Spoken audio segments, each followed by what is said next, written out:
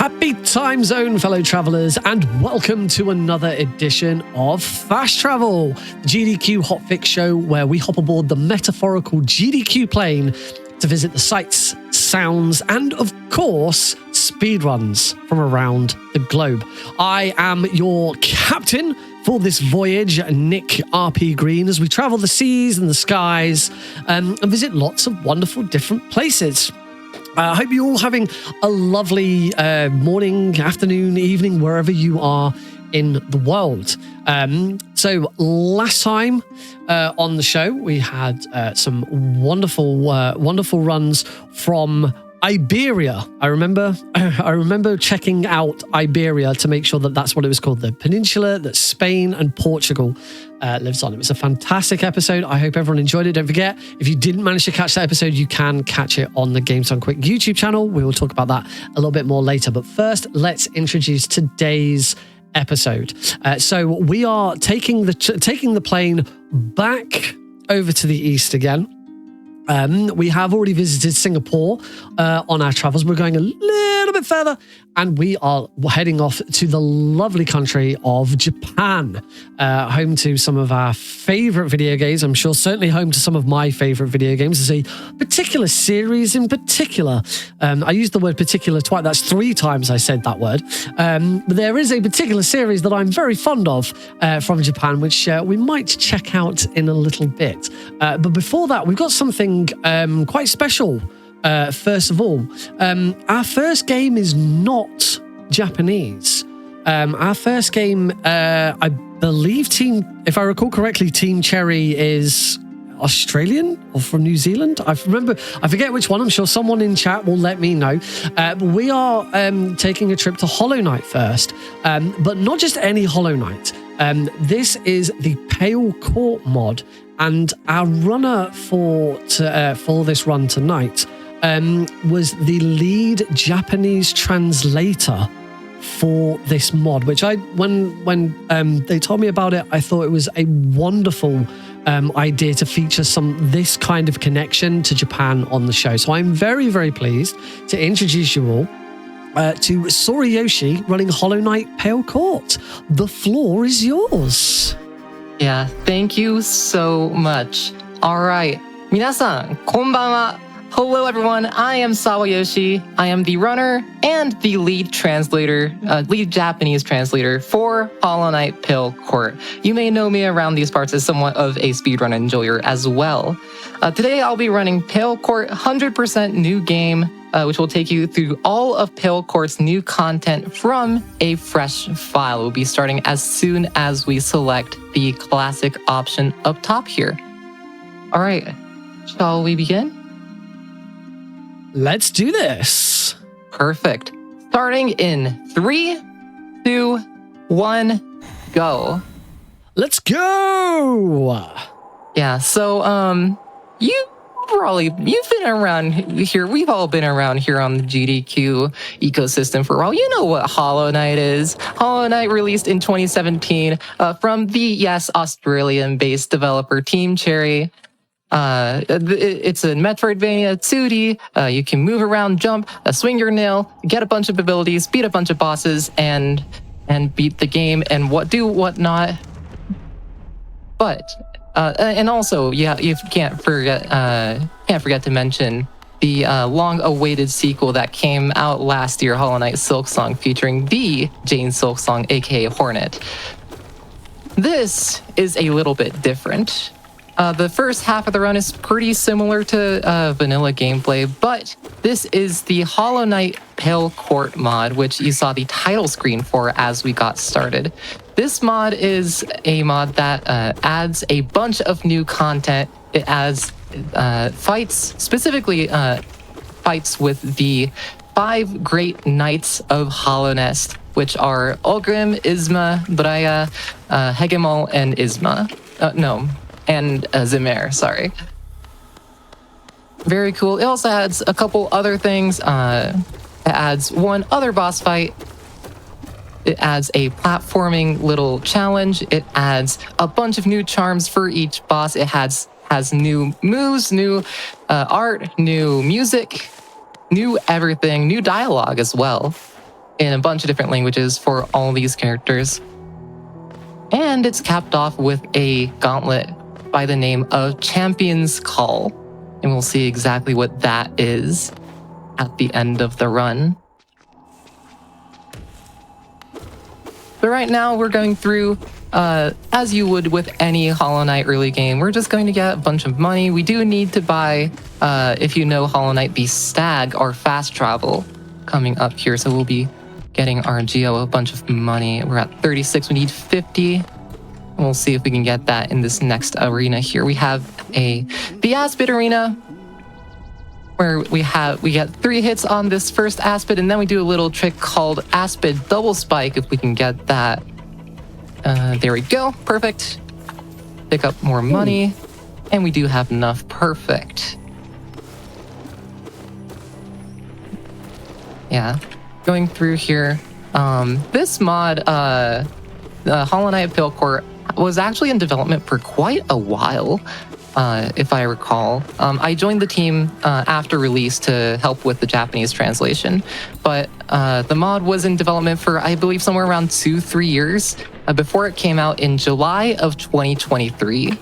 And people played it, people loved it, people called it, it might as well be the unofficial 5th DLC to Hollow Knight. That is how high quality this thing is.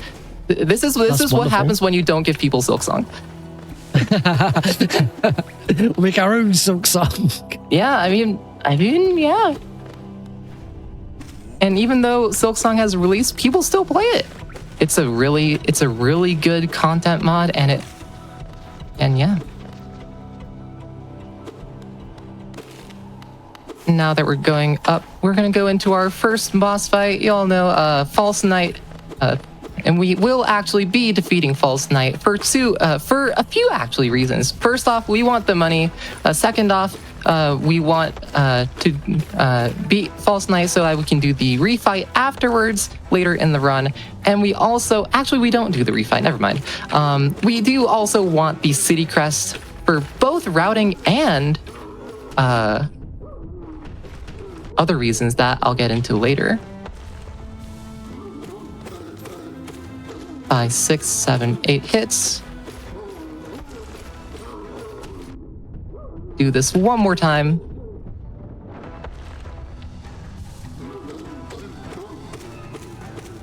And once we get that stagger down, that is effectively the fight done. We just sit back, relax, heal, maybe throw a couple rocks at them, fall down, and then 8 more hits.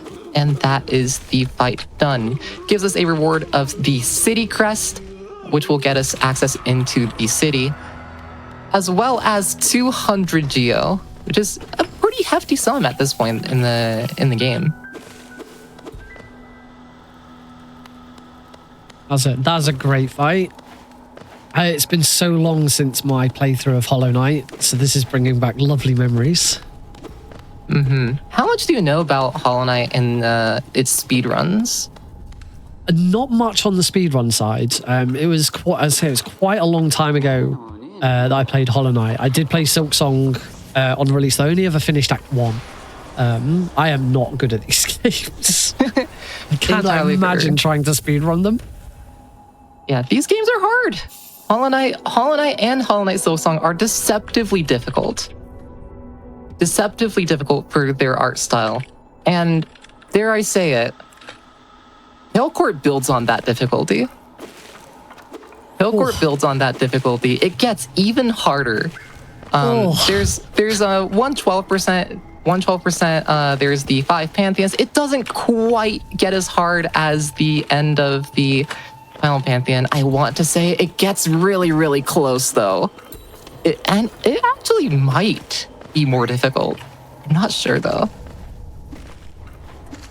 And this is Pale Court, 100% new game. This is RNG. The boulder can either throw a boulder at us or spit some acid. This time they spit out a boulder on, I believe it was the second time, which is not bad. It's not bad. It's like 50-50 each time, so first it would have been great, but like, you know, we're not complaining. Yeah. Again, Hill Court, it gets difficult. And this is 100% new game starting from a fresh file. Hill Court is meant to be played from a completed file. You are not meant to be doing this from a fresh file. And we're doing it from a fresh file because we're speedrunners and we like doing things from a fresh file. I'm assuming that adds an extra layer of difficulty. Oh, absolutely. It gets so much more difficult. Like, you would not believe how difficult it is. Yeah, because we're going through the entire thing with 5 out of 9 health, no extra soul vessels. We're not going to hit that. No extra soul vessels, no nail upgrades, and only 2 of 3 spells. And of course, 4 of 11 charm notches. So there's a lot of restrictions that we have to play with. The nail upgrades specifically, they actually cap our nail damage to less than 1/4 of what we would have with a completely upgraded nail. Oof. And that's kind of just what we have to deal with. And everyone get ready to say hi. Everyone get ready to say hi. OMG, hi Silk Song. Hey, there she is. Miss the fireball skip. There we go. Oh, Hey, nice. Hornet. We'll be seeing plenty of Hornet today. Okay. Get some soul. We're gonna have another one of those fireball skips coming up very soon here. There we go. One more right here. Perfect. I was actually having trouble with these fireball skips earlier in practice because I've been playing too much Silk Song, I'll admit. So I'm not used to these movements anymore, but we made it, and it's completely fine. We have a Moss Knight here, get a double, perfect, pick up this money. We do have a question from chat. Do bosses' HP still scale with nail damage? That is an interesting question. I don't believe they do. So it is just 1/4 of the damage that we would usually have. In Hollow Knight, some bosses do scale with your nail damage. Actually, large majority of them don't. Some bosses do get stronger the more nail upgrades you get. The Pale Court bosses do not. So this is just straight 1/4 damage on our nail. We do have spells to try to help build that back up though. Going into the Hornet fight. It'd be great if I didn't take that much damage. Oop. There we go. Want to keep her in the corner as much as possible. Perfect. Nice. Wow. And once Hornet is down, we pick up our Mothwing Cloak, aka Dash, which increases our mobility roughly 3-fold, I want to say. And a little QOL thing. Because this is a modded category, we do have access to Bench Warp, which lets you warp back to your last bench or with the right settings to any bench you've sat on. This time we're only going to be using it to skip these quit outs because it just makes things a little bit faster. I see people in chat saying Shaw and Higata. It's really funny that Hornet never says that in Silk Song. These such iconic voice lines, and they never show up. I don't think there's a single. Actually, there might be. I don't think there are though. I don't think there's any reused voice lines from Hollow Knight in Silk Song at all. All right. Heading down into Fungal Waste, heading our way to Mantis Claw. Gonna take a quick detour here.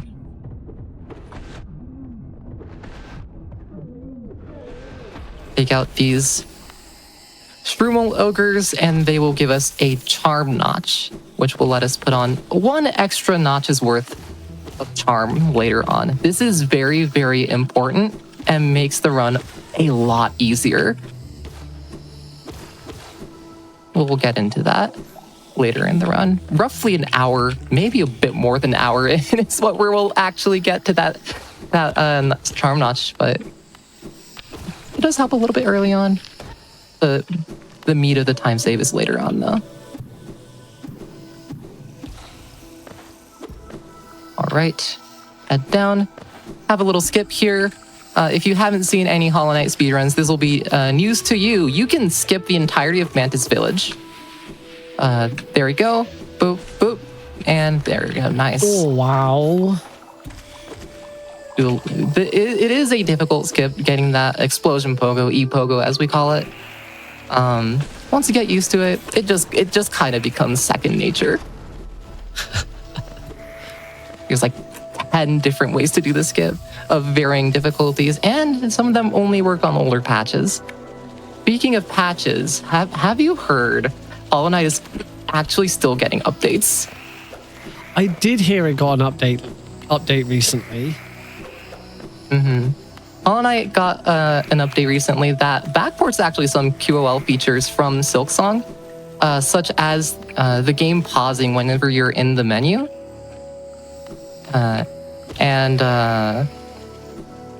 There's just a bunch of things that are new to Hollow Knight that weren't in Hollow Knight before, but were in Silksong.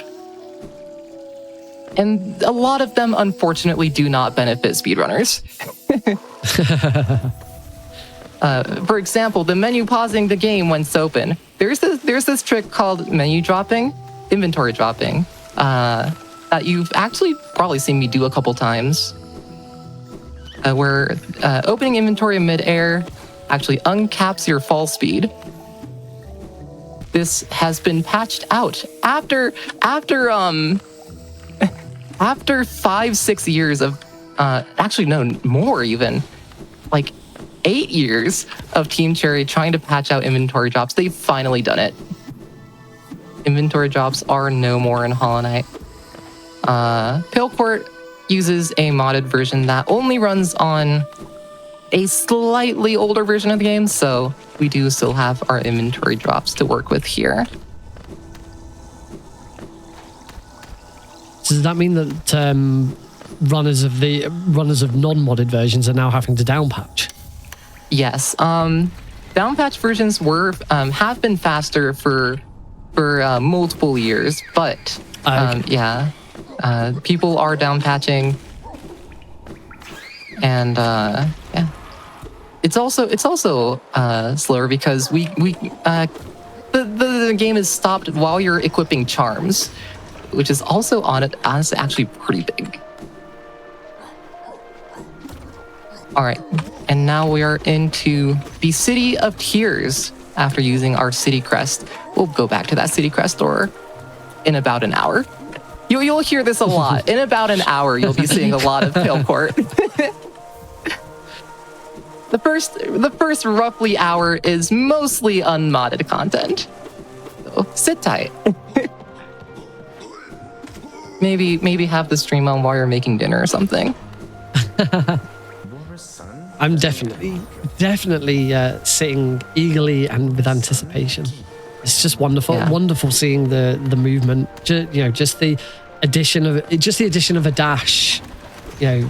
Changes the speed. Now you've got the wall jump, speeds everything up even further. It's a wonderful blend of movement and combat. Yeah, this game, it's been run. I don't want to say it. It's been run into the ground. People are still finding tricks that make the run more and more difficult. And people just know so much about it and have optimized it so far. And this is no exception. Believe it or not, though, I am the only one of very, very few runners for Pale Court. I am eagerly awaiting anyone else that would like to pick up the torch. There you go, folks. The gauntlet has been set down. Yeah. Hopefully this run here today. Pale Court. Hopefully this run today is a good what is it? A tutorial to look at.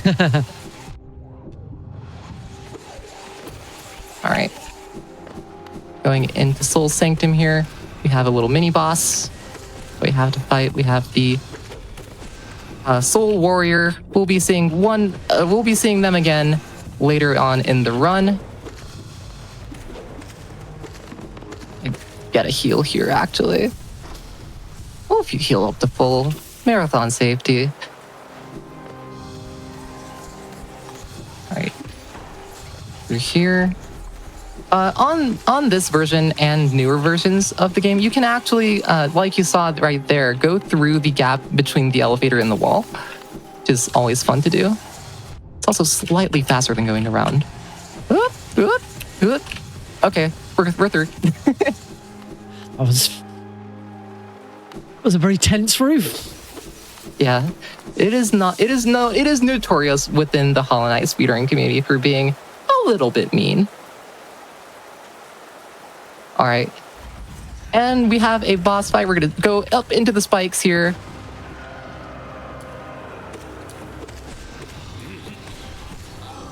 And this is Soul Master, where they are flying. He is flying the entire fight, and we just have to get as much damage in as we can, wherever we can, like so.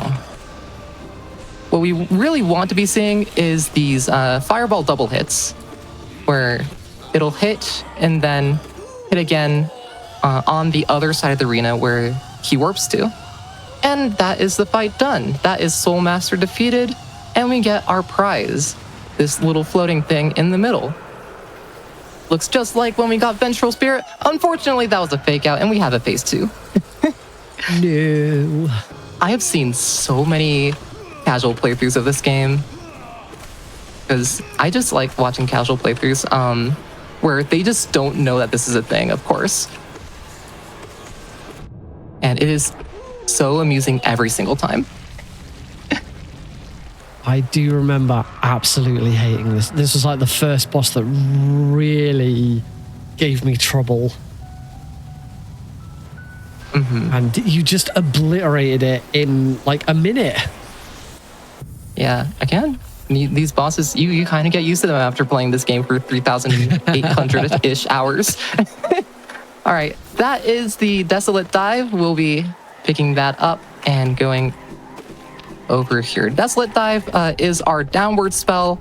It can break floors. It gives us a few iframes when we use it as well. And we'll be going over here. No big dive. Okay. See if we can get it here. Perfect.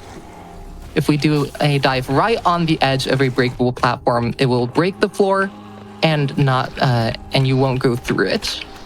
So we just use that to skip a couple seconds of climbing back up after a dive. Really, I think the only place we'll be seeing that. Break this, go down, break another floor, and we're gonna head over to the city storerooms, which is our second stag. You remember stags? That is our fast travel. On the way, we'll also be picking up a simple key, which we'll be using again later on in the run. A little bit.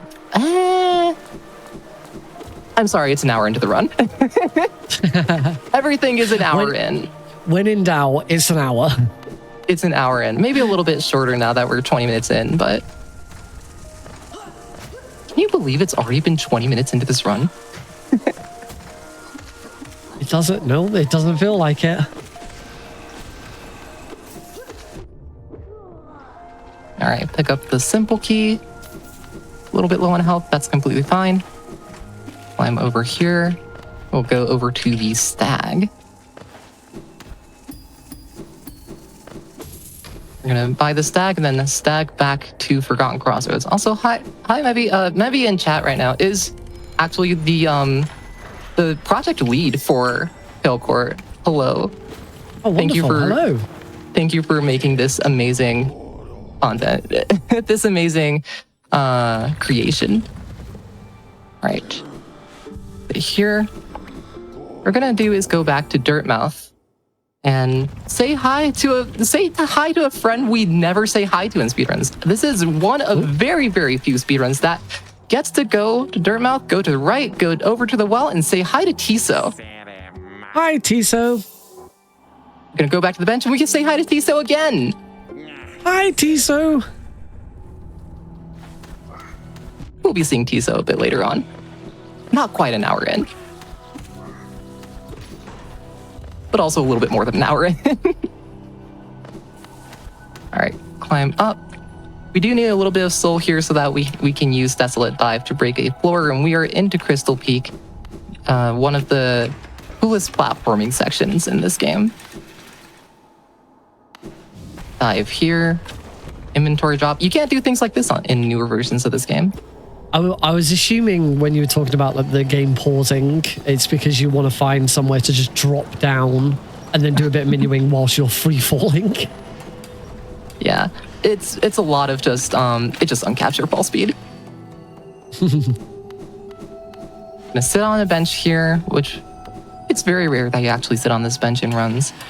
We're gonna climb up. We have a little trick, colloquially known in the community as Pog Axe, where we pogo the axe. It is actually a pickaxe, but yep, pogo that. Pretty consistent once you get it. Before you get it, though, very, very difficult. All right, climb up here, see if we can get the fast cycle. We're not getting the fast cycle. Oh, we got the pixel, though. We got the pixel. Sorry, that wasn't the fast cycle. Yeah, there's a if you could go fast enough, you can go before that laser even goes off. Wow. Yeah, right there we went through in between the laser and the crystal crawler. Not quite the fastest cycle you can get, but it's very close. All right.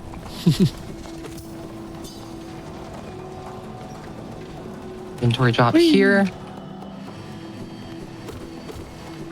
And this is just a really cool platforming section. Boom. Climb up. Gonna take intentional damage here. Get the cycles just right. Oh. And for the fans, below the platform. Wow. I say And chat this gives is loving the movement. Mm-hmm. This run's pretty fun. This run's pretty so fun good. once you get into the depths of it. And now we That have was so Crystal cool. Heart, our super dash ability, which we can use off the ground or off the wall, and we just shoot straight horizontal. And now that we have that and we've gone back to the bench, it is time for a dark room. Do you know what dark rooms are? Well, now you do.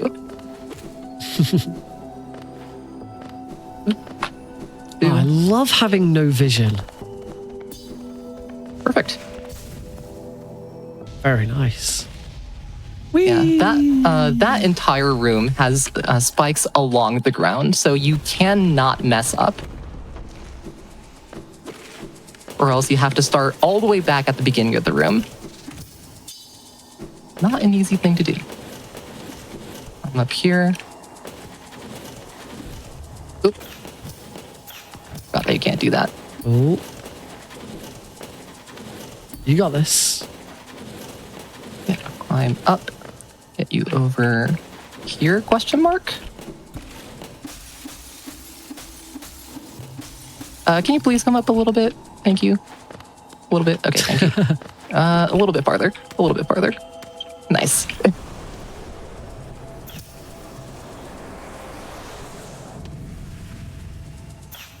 Why did you not shoot? All right. And that gives us Descending Dark, famous meme. Why are you dying to bosses? Just simply Descending Dark. It makes our dive a little bit more powerful. It gives it a little bit more damage. It gives it a third hitbox, more, which also does damage. It's just really good for bosses.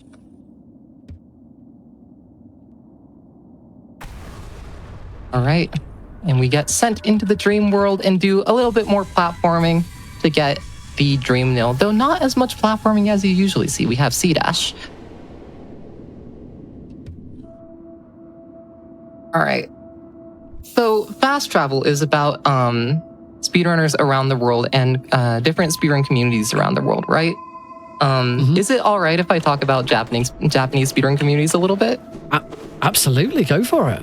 Yeah, Japanese. Yeah, a lot of people may not know this, but Japan's speedrun community is actually very, very active. I dare I say it, I think it might be behind English, the second most active speedrun community in the world. The second most active speedrunning language. It's I think it's pretty close between the Japanese community and Chinese community, though the Chinese community doesn't very often show up in English circles. Japan has a very, very active speedrunning scene, of which I am one of the runners, as you can see. There's so many events, marathons specifically. Honestly, there might even be more in-person, at least, marathons than English. There's so many. Of course, RTA in Japan, the big one. Twice a year, though this summer they're taking a break and doing something else instead. There's so many. There's JAWS players in Osaka. There's Geisende RTA in a couple different places, in arcades actually. There's speedrun events in Kagoshima, Fukuoka, Aitiso, Kagoshima, Fukuoka, Ishikawa, Hokuriku, Sapporo, Hokkaido. There's Gunma, there's RT Experience in Ueno. That's not what I meant to do, actually. There's so many offline events, and and even online. If you look at online events, there is a very, very helpful calendar that has every single Japanese speedrun event on it. And if you look at that, there is almost always a event going on the weekends. Sometimes some weekends have upwards of 3, 4, even 5 events going on at once. It is absurd. All right. What I need to do is I need to get Iki. And of course, Of course, this many events means there's also that many runners, dedicated runners running in these events. And if you look at, especially like Mario games, and some specific indie games, Salt and Sanctuary is one of them, Metal Unit as well. If you look at those leaderboards, almost every single runner is Japanese. It is a very, very active speedrunning community that a lot of people just don't get to interact with because Japan doesn't really come out to the West very often, and the West doesn't really go over to Japan very often. It is the sad truth about language barriers. They do have a tendency to sometimes keep us apart, which is why it's always fantastic to be able to break those barriers. Absolutely. And breaking those barriers, we do because there's for people who don't know, there's a bunch of multi-language restream channels that do a bunch of cool stuff. And for the English community, English speedrun restreams is a thing. I run that one. There's Japanese restreams, the French restream, there's Germansch, there's Italian, Spanish. There's so many cool restreams, and they actually do restreams of GDQs as well. That is true, yes. So many cool people all over the world getting speedrun events to a wider audience. And that's part of what I what I like to do with speedrunning is connect these different language communities. And that's also part of why I became a game translator, believe it or not. I translate games for a living. just getting different games to different language communities, breaking that language barrier is something I love to do so much.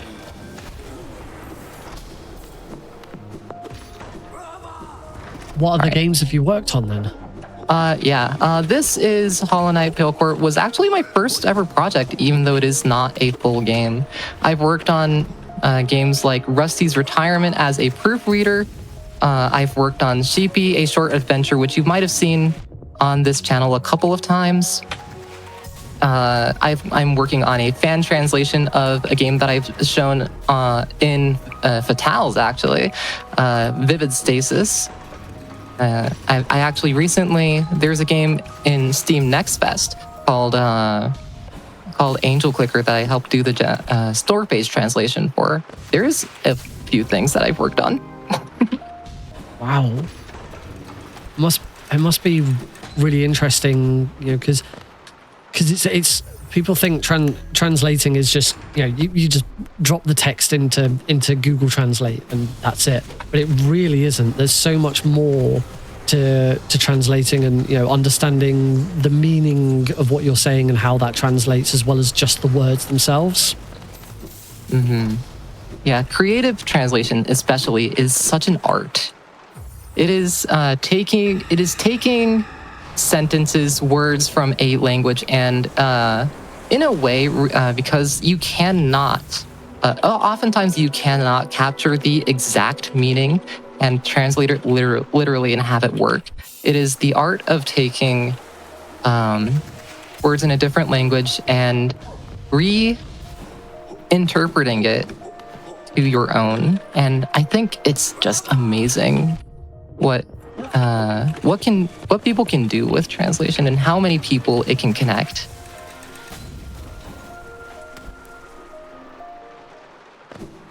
All right. Do you speedrun any of the other games that you've worked on, or just this one?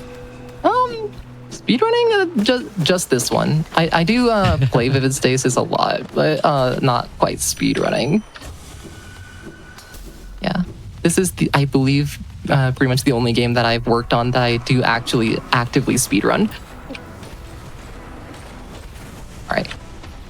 This is the Watcher Knights that we are getting into right now. All right. Generally known as one of the hard walls for any percent speedruns, but not too bad for this run because we do have Shade Soul to help us in our endeavors.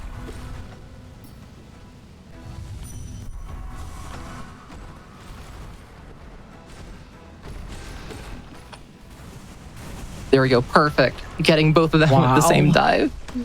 You love to see it. Awesome finish.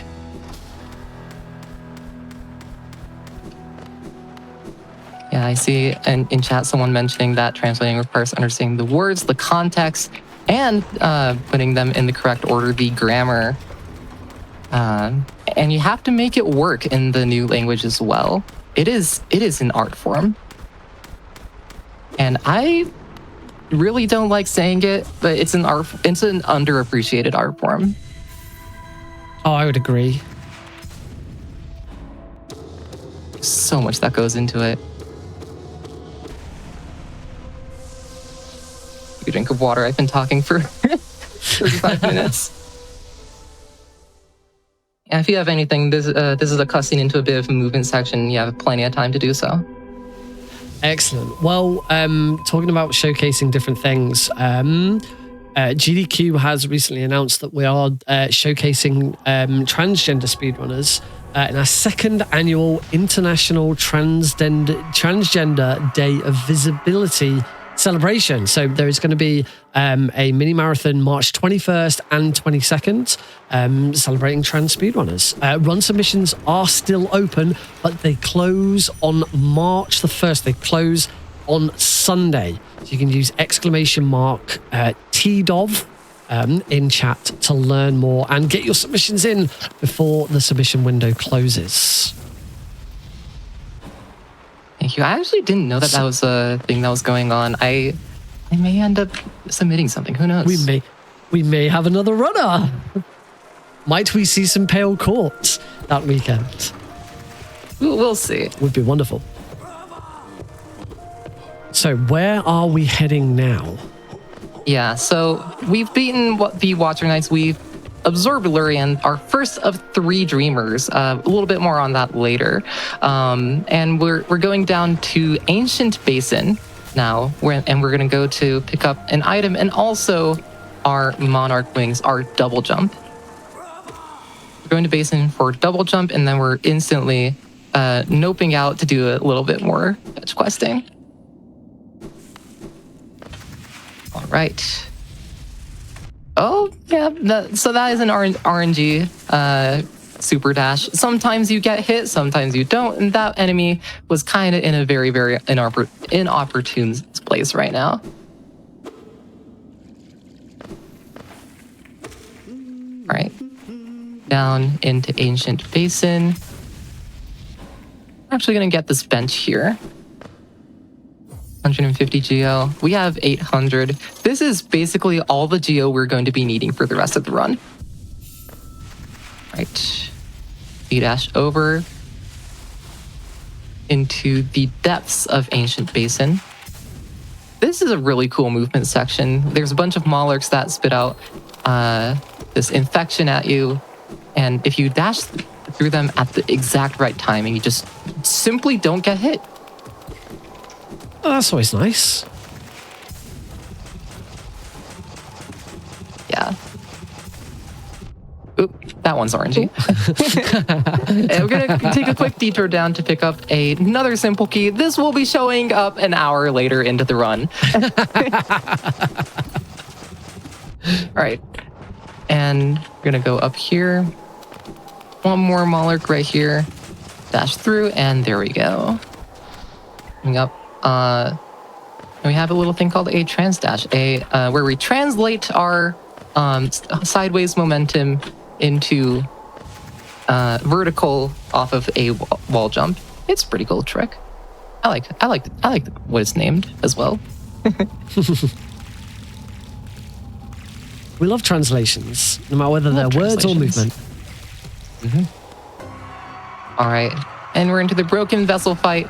Broken Vessel, we're going to be using our Shade Soul a lot to get these double and triple hits. Once they start doing this attack, we just dive over and over. And that should be the fight, yeah. Frequent fight, not super long. There is a powered up version of this fight, but we will not be seeing that today. All right. We're going over and picking up our Monarch Wings. This gives us the ability to double jump. And if you know any of my speedrunning, you've maybe heard the term Insta Wings. Maybe you've heard the term Insta Wings. Insta Wings, so whenever you use your double jump, there is a little bit of a dip when you do. Insta Wings gets rid of that dip downwards. It's a very, very small dip. But over hundreds and hundreds of double jumps, it can build up. So why not just get rid of it? Well, the why not is because it used to be a task trick. And then I decided, what if it wasn't a task trick? What this is you have to press wings, let go, and press wings again within 0.08 seconds of the first press. It's just super easy. Just a nice big window for you to hit. Yeah. Putting that into button presses per second. That is roughly 13 button presses per second on a single button. Players on controller never go for this, and even on keyboard, people don't go for this very often. I was the first to do it, and even now, I don't think very many people do. We're gonna do a little skip here. The way I do it is I use both of my thumbs on spacebar, and that's I think really the only feasible way to do it. There are some people that do it without spacebar, but I will never understand those people. Okay. And hi, Hornet. Hey, hi, Hornet. Get to another Hornet 5. This is Hornet Sentinel, much stronger than the first version, but we're also stronger. We have Dash, we have our Shade Soul, we have Descending Dark, and we'll be using all of those. Ow, that hurts actually. Can you please not? Ooh. I asked nicely. Come on, Hornet. All right, going back, we'll do that again. Not a super big deal. Yeah, talking a little bit about Pale Court, we haven't seen any Pale Court things yet. Believe it or not, this is all vanilla gameplay. But Pale Court is such a labor of love. There's so many people that worked on it. There are credits at the end of this, so you'll be seeing plenty of those people that worked on it. I am one of them. Maybe in chat is one of them. There's probably been a few people that I missed in that have been watching who were helping with the mod. I believe there's so many people that worked on it. It is astonishing how many people came together for this work of art. I do believe this might. I think this is the first time we've had a mod on Fast Travel yet. So it's great to finally get one on the show. As I say, just the idea of of it being a Japanese translated mod or the Japanese show is just wonderful. It gives a whole different dynamic to what we can talk about and an appreciation for, as you say, it's an art form. And it is really wonderful. On the subjects of the translation, I have been reliably informed that the normal speedrun is fastest when played in Chinese. Does that remain similar for Pale Court?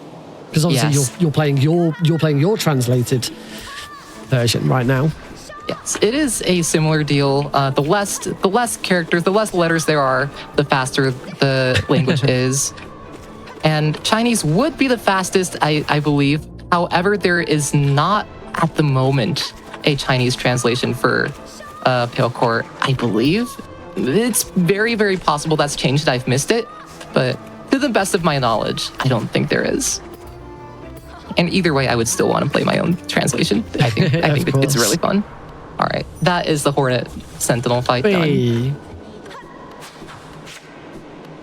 Hornet, behave yourself. Down, and off the wall, just for a little bit of swag. All right. This is what we're here for. We're here to pick up the King's brand, which makes us the King of Holonest. It also opens a door in the in Ancient Basin. A little bit of a happy side effect there, becoming the king.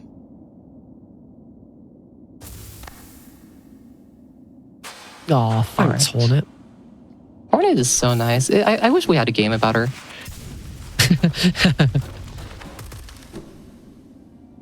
I'm sure we'll get one eventually. We don't have to wait for too long. We'll see if we get one. It might be a couple of years, though. You're all ready for Sea of Sorrow? All right.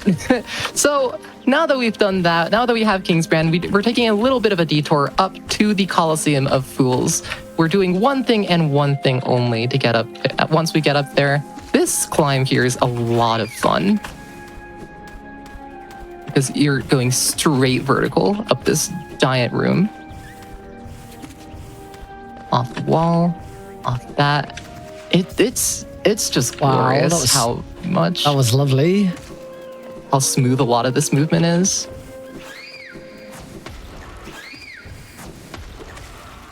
Come up here, insta wings up, break this wall, and we're gonna head right to the Colosseum of Fools.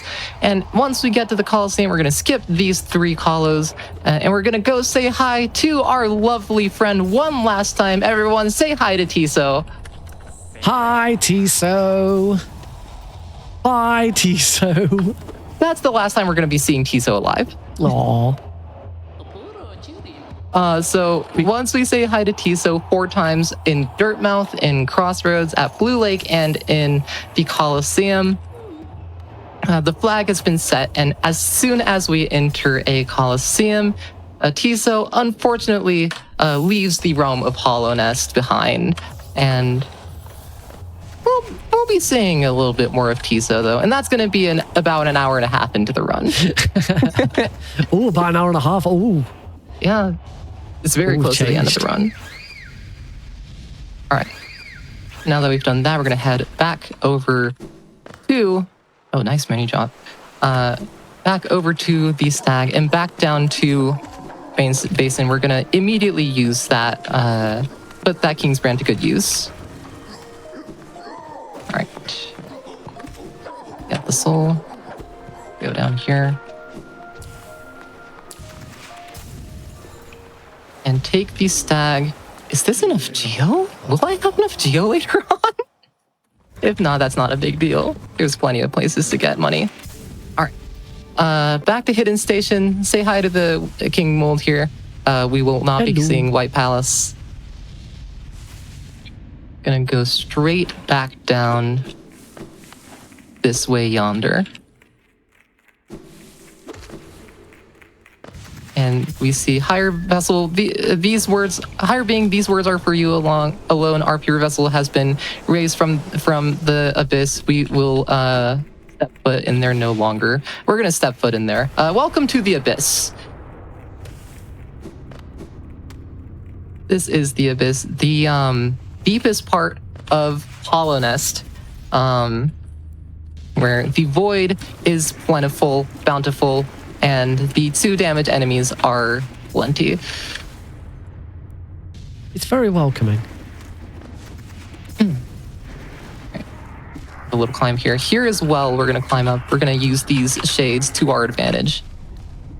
Take a little damage there and get all the way up here.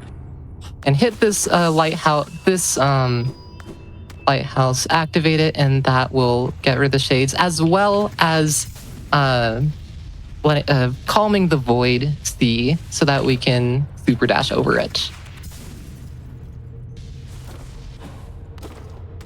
All right, and pay close attention. We're gonna get Shade Cloak. We have obtained Shade Cloak. So now we have an invincible dash. And now that we have an invincible dash, let's put it to good use. 49, 50 minutes into the run, we are finally seeing our first piece of Palecore content. This is the Abyssal Temple, a little platforming challenge that inspired by the likes of Path of Pain.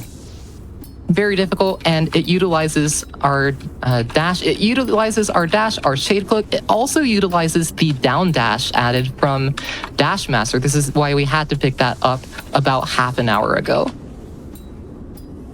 All right, you get that. Get up. Never mind. Oof. Yeah, a little bit of lore about this area. I believe it was added roughly 1 or 2 weeks before the mod's launch, as a little place to put one specific charm that we'll be seeing later on. All right, down here. You're probably looking at this and being like, how does that even work? I want to ask the exact same thing. This is absolutely amazing that this can exist modded in this game, and that was really clean. That was 1 damage. Wow. All right, and at the end of that little gauntlet is our first new charm. That is the Abyssal Bloom. The Abyssal Bloom is a charm that gives you more higher stats as you lose HP. The lower your HP is, the higher your stats become. It gives you more damage, more attack speed, more, I believe, movement speed. It gives you more attack range, and it makes you void when you swing. It's a really cool charm. It is a very, very powerful charm. It is basically a powered up version of Fury of the Fallen, which I saw people mention very early on. Unfortunately, it is 5 notches. Oof.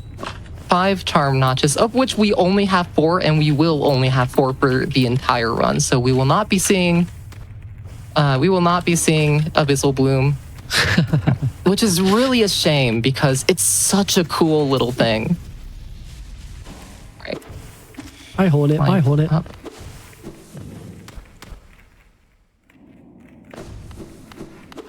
All right, climb up from the abyss, and we're gonna go back to the stag, and once more go to Dirtmouth. From here on out, we're gonna go back to vanilla gameplay, and you're not gonna be seeing any more Pilko content for the next half hour. Do you have a question for chat? Keep seeing stag, but which is your favorite? Do you prefer stag or do you prefer bell beasts? I want to know. Oh. I want to know which is stag or bell beast. Ag Let or us know. Bell Beast? Hollow Nest or Farloom? They're both amazing. I have to say I prefer the Bell Beast. She's just so cute. Absolute unit of a fast travel. All right. Yeah, let us know. While we're doing that, a little bit of a detour to the Brooding Molek. Ow. And we do need this fight specifically for one thing at the very, very end that we'll be seeing. We'll take the heal. This does give us a mask shard. We will not be picking that up because that explicitly loses time. Right. Go down and over to Fog Canyon. And we're going back to picking up our 3 dreamers. Right. Do a little skip there, an acid skip to get into Fog Canyon. I'm seeing a lot of Belbeast in chat. There we go. And I am inclined to agree. Right. Over here. Gonna go up to this bench real quick. Put on our Shaman Stone. Makes our spells stronger. We're gonna go down to Umu. Everyone's favorite jellyfish boss fight. This is Umu. We are not able to attack Umu until Cruel comes to save us. Right. Light for Monomon.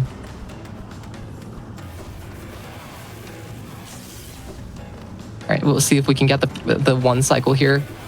Oh, that might be an extra attack. Is that gonna be all right? That might be a little bit too far right.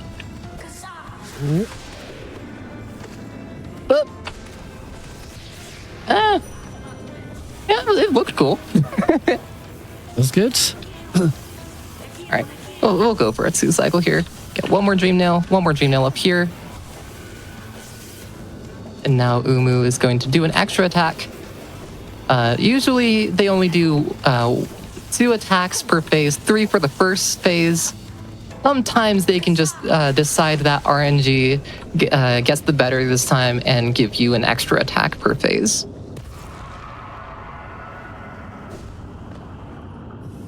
And that is that fight done. Go down, go over to the left and say hi to Monomon. Hi, Monomon. Monomon being our second of 3 dreamers. We've picked up Lurian, the Watcher. Our last one will be Hera the Beast. This is Monomon the Teacher. I love the lore that goes into the dreamers. It's not something that's talked about very often, but it is the storytelling in this game, the environmental storytelling, and the storytelling from NPCs is absolutely amazing. I will say personally, I think Silk Song's story is so much more of a gut wrencher. I love it. I am a sucker for gut wrenching stories. Yeah. People love Hollow Knight. People love Silk Song.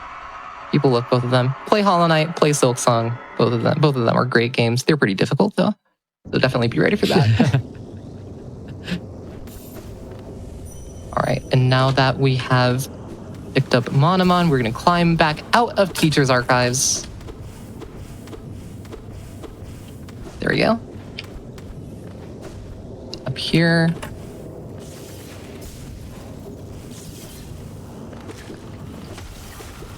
Ah! Yeah, that was going to hit no matter what I did. Oh, that one's just mean. That one's just mean. Okay, we're taking the bench. Luckily, there's a crafty little bench that actually has the Monomon mask on it. That's really cool. Oh, yeah. These little details that you never notice.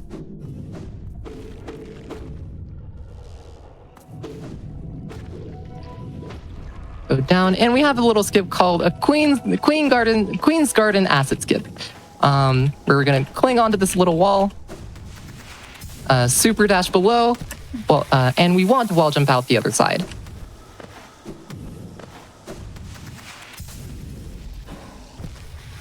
That really? Huh. I don't know why that gave wings there. There we go. Hey, nice. Third time's the charm. Okay. Now into Queen's Garden. Not a super terrifying area in this run for now. Again, we'll see what it's like in half an hour. All right, go through here. Have a little arena against these I almost said Metroid. Mantis Petras. Mantis Petras. And then we C dash down below here.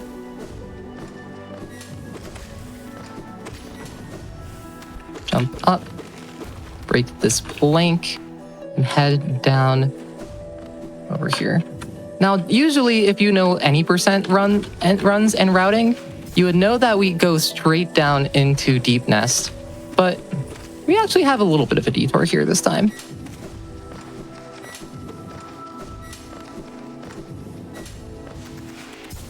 Go over to the left. We will be buying the bench. Will I have enough money? This is gonna take 150. Oh, okay. We probably have enough. We need 250 by the time we get into Deep Nest. So we need 114 more. All right, and we have a little bit of an arena here.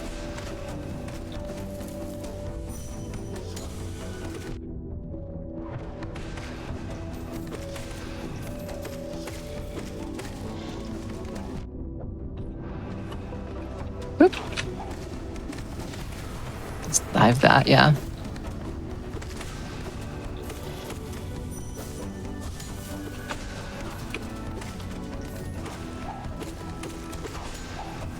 Oop. Okay, and that is that fight done. I'm actually gonna go pick up some geo. Okay, that's enough geo. This arena drops so much geo because on older patches of the game, the big mantis traders didn't actually drop money. They were patched to drop money in an update, which is very, very, very helpful for our geo routing. Open this little floor, and then we're gonna go back down into the lower parts of Queen's Garden and down into Deep Nest. Fair warning, there's a few spiders and creepy crawlies in this area. If you're not the best with those, take a quick break and come back in like maybe 10 minutes. Oh yeah, it's also dark. I forgot about that. Oops. Yay, dark again. So you can't see the spiders anyway? Yeah. There are plenty of sounds though, so still. Right. Down over here. This I've actually completely honestly memorized. Not by choice, but after running Hollow Knight and having to do this movement so many times, I've just memorized the room, because this is also a room that you go through in basically every single speedrun category. And that is the Dark Room Stone. Right. Up here in the distant village, go up. We're not going to get tricked. We're going to go straight up through this little shortcut that a lot of people don't know about. And then say hi to our third dreamer, Hera. Now that we have 3 dreamers, again, more on why we need 3 dreamers in a little bit. 5, 6, 7, 8, 9, 10. Focus and pick up our third dreamer. That is Lurian, Monomon, and Hera. And from here on out, everything is going to be content building up towards and including new Pale Court content. And I think that means this is a perfect spot to take a quick break before we get into all the new content. Brilliant. Sounds good. Well, folks, I hope you are enjoying this run.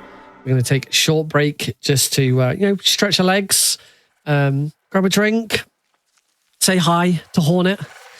And we will be back after a quick ad break. See you in a few. Welcome back, fellow travelers, to Fast Travel, where we are partway through this incredible Hollow Knight Pale Court mod run. So let's hand back to Soriyoshi and get this run continued when you're ready. Absolutely. Just giving my little keyboard feel a few pets before we get started back in. All right. I'll give a countdown in 3, 2, 1. Let's get back going. Like I said, everything from here on out is going to be either building up to or straight up new Pale Court content. And starting off, that is exactly the reason why we picked up the 3 dreamers. From here, we'll be going to the waterways, the royal waterways, where we'll go and say hi to a certain Dung Defender. And then get started on a couple questing things from there. We do want to sit on this bench so that we can come back to here later. Yes, pat the Pokemon. New Pokemon game announced just today. All right, go down here. Go down here. Open this lever door real quick. And then we head over to the right.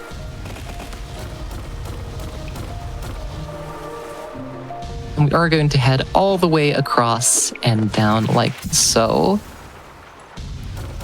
So that we don't have to do one of the arenas.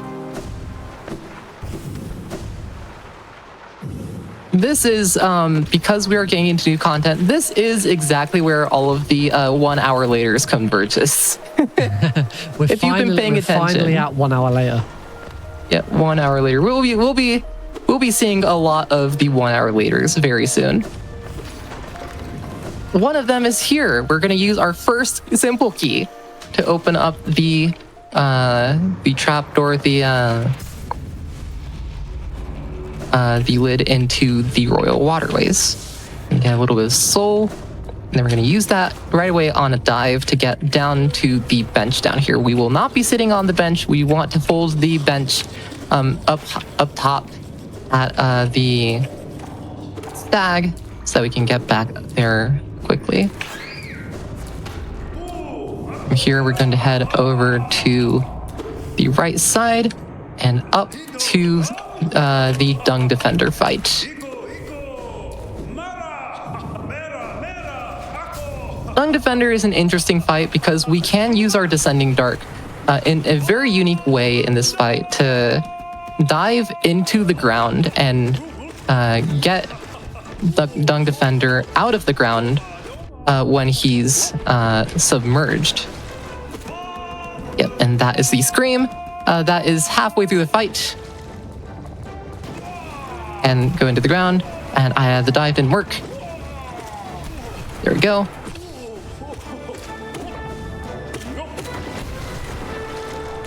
Yeah. Dung Defender has many colloquial names in the community from his from the words he seems to be saying.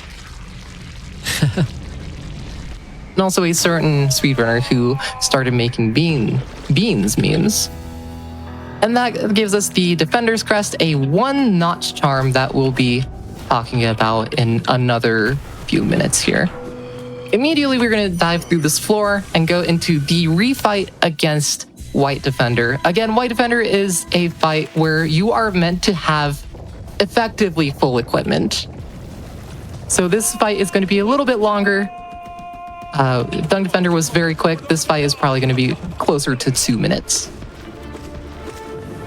Going to be going for plenty of these against these volleys. We're going to play volleyball and get a bunch of Shade Soul double hits where we're going to hit it twice and get two fireballs worth of damage off of them. 1, 2, 3, and this is another volleyball phase. Okay, 1, 2, 1, 2, 1, 2, 1, 2, 1, 2, 1, 2. Perfect. Wow. Right. No, okay. I thought that might be phase change, but I guess not. 1, 2. Okay, there we go. That is the phase change. I better not get hit here. Gosh dang it. Okay. All right. 2 health. This should be fine. He's gonna go into this rush attack, where he does 6 of these dives and jumps. And that means we're over halfway through the fight, though, so should be done pretty quick here. Now, you'll see these 5 figures in the background. The Pale King in the middle, and from left to right, Zemir, Drya, Isma, and Hegemel. These 4, along with Ogrim, also known as White/Dung Defender, are the 5 Great Knights of Hollownest. And they are the focus of the Pale Court mod. We'll be seeing combat with each of these 5 Great Knights, with White Defender being the first. And for anyone that knows the layout of Hollownest, you'll know that we're heading to our second of the 5 Great Knights. Gonna do a little skip here. Go into Isma's Grove the wrong way. And pick up Isma's tier. And you see these dream particles coming from Isma. I really don't want to die here. Okay, perfect. We're gonna Dream Nail. This is all completely custom. The arena, the music, the boss, completely custom. This is Kindly Isma, the first boss fight in the Pale Court mod.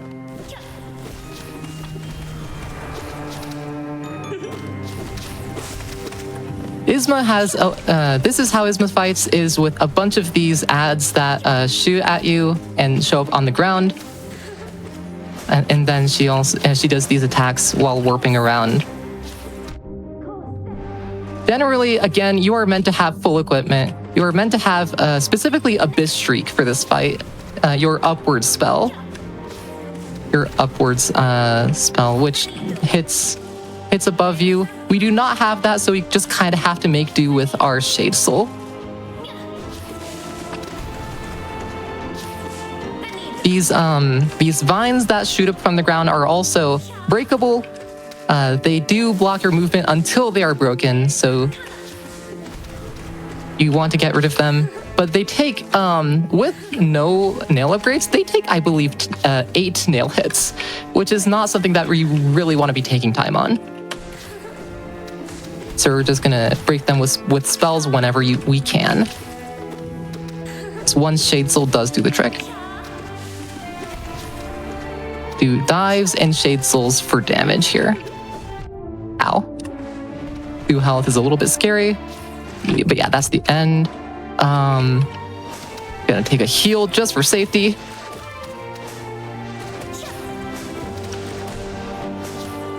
And Isma's hitbox actually gets slightly bigger at the beginning of these attacks.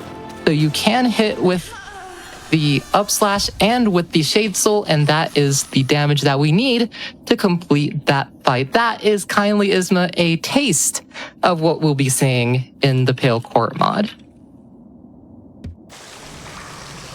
If that was just a taste, then look forward to the rest. That was awesome. Absolutely. And so that gives us a new charm as well. Our Defender's Crest that we picked up has become the, where do I want to go? Has become the King's Honor. The King's Honor, as well, a one-notch charm that works similarly to Defender's Crest, but it does more damage, it persists for longer, it has a larger range, it is just much better, and you see exactly how strong it was there. Usually those enemies take 9 nil hits. Right now, they only took 4.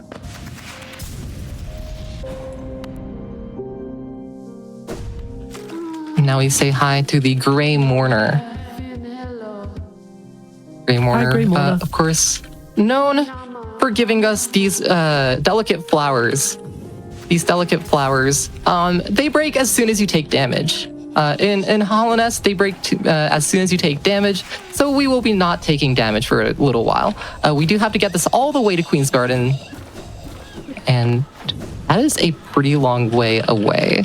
It's clear on the opposite edge of the map. All right, so what we're gonna do is we're gonna take this, and for the astute, you might be wondering, why do we have King's Honor on Hyperroll? We have a reason for this, and that reason starts after the Flower Quest. Flower Quest is not the last thing we will be doing before we get back to another bench. But for now, we're gonna take this flower, go over here, dodge these enemies. 1, 2 hits, get a little bit of soul. And over. Again, you're just seeing exactly how powerful this charm is. It is our, along with our spells, our main damage for the rest of this run. Oop, is that okay? Yes, okay. Perfect.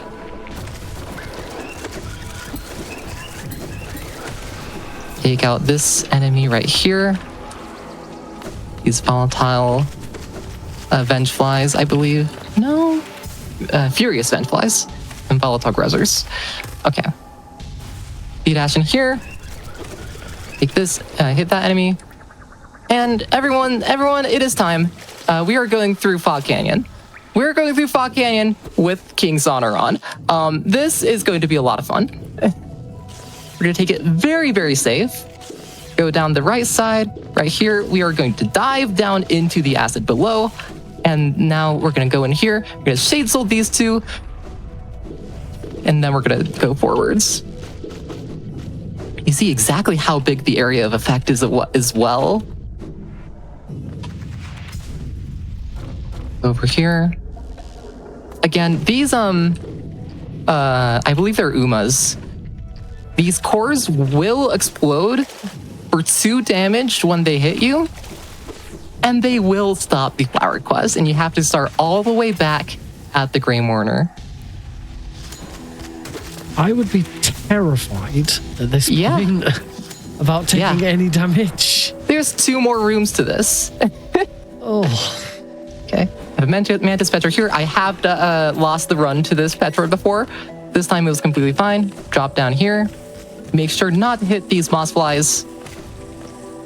And here, these thorns. 1, 2, 3 dashes, and that is Flower Quest done. First try. Woo, well done. Oh, that was a gold. Nice. Give the Mantis Child a little quick bow. We're gonna head out and on our merry ways. From here on out, what we're gonna do is we're gonna go up, the same as we would do in categories that want the King Soul and Void Heart. We'll be going up to the Trader Lord. Trader Lord actually got much, much stronger. This is something I like to talk about whenever I run in events, Trader Lord got much, much stronger in an update. On old versions, he used to have kind of low health, do 1 damage, and only have 2 attacks. In version 1.3, he was updated to do double damage, first off. Do double damage, have roughly 3 times the HP, and have 2 new attacks that he can use. So he's much stronger than he was roughly 8 years ago. I like to say that he's 7 times stronger. Not an issue though. That is the fight done, and we are into our third actually, of 5 great nights. Before we get into that, we do have a little thing that I want to show off. You go up here, there's a little secret room. We love secret where you rooms. can see these little tablets, which all have little messages from each of the devs of Pale Court. Oh, that's a little lovely. nice touch. Yeah. Feel free to go see who worked on it and their messages when you play the mod yourself. And with that, we are into the Fierce Draya fight. Draya is a very close-range fighter, kind of like you would see with a Pure Vessel. And you'll actually see a bunch of these moves that kind of mirror the Pure Vessel. You see the parry, the dash, these triple slashes, the attack, the spread attack with the daggers. This is a very, very quick, very, very swift fight where she will not let up on you at all. And once we're getting close to the end of the fight, she goes into this rush mode where she teleports around and tries to hit you. But we have our spells on our side, and that is the Draya fight done. I believe in this part of the game, this is the easiest fight of the 4 new Great Night fights. And that will give us the, I believe, Mark of Honor, which lets us attack continuously by holding our nail button, and also lets us attack quicker and quicker the more hits we get. We will not be using it in this run. And now that we've completed the flower quest, we are also now able to go into our 4th of 5. This is Mysterious Zimmer, the Mantis child there as well. Give her a courteous bow. Get a dive there. Zimmer is my favorite character in Hollow Knight. And her fight is pretty cool as well. Fights pretty differently from any combat you would see in the base game. Get that double hit. Ow.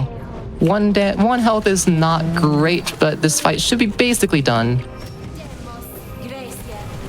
Anytime now, please. Please. Please. I asked nicely. Oh. I don't know what it is. Every time this run I've asked nicely, the boss has retaliated. I don't know what's going on. All right, run that back one more time. We get to see more Zimmer, and who doesn't like that? We do get to see this awesome boss fight again. Yeah, it's so cool. I did forget to mention as well, all of the voice lines are completely custom and new as well. It is amazing how much work has gone into this. New dialogue in so many different languages. New art, new arenas, new, of course, movement from the bosses, new moves, new music for each boss, and of course, testing for all of it. Ow. One health again. Yeah, we'll be fine. Never worried.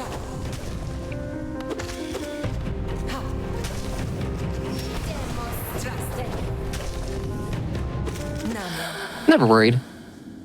Yay. Oh Well gosh, I done. love this fight so much. Seriously matter. What my favorite character in the game, even in the base game. And this mod just builds on that lore and how absolutely cool she is. That gives us the Vessel's Lament. Vessel's Lament gives us a little attack where whenever we focus, also known as heal, whenever we heal, it will spawn these little circles, these magic circles up in the air that will burst after a certain amount of time. All right. Actually, no, that's not true. That's Rune Rage that I'm thinking of. it spawns these circles, these magic circles that hit wherever you've hit an enemy. It will burst on them instead. It's a pretty cool charm. It's 2 notches. We will not be seeing it. We've already filled out all of our notches that we'll be using this run. Right. Pick up a hit of soul. And this is exactly why we needed City Crest earlier. This is why we needed City Crest. We're gonna Dream Nail this statue that looks suspiciously like False Knight and Failed Champion's borrowed armor. At the end of this hallway is the original owner of that armor. This is the Hegemon fight. You'll notice the mace is actually different from the ones that False Knight and Failed Champion use as well. Yep. This fight he will do 2 damage, excuse me. And will stagger every once in a while. All right, there we go. Please run. Okay, thank you. Got a double hit. Has 3 sort of phases. Ow.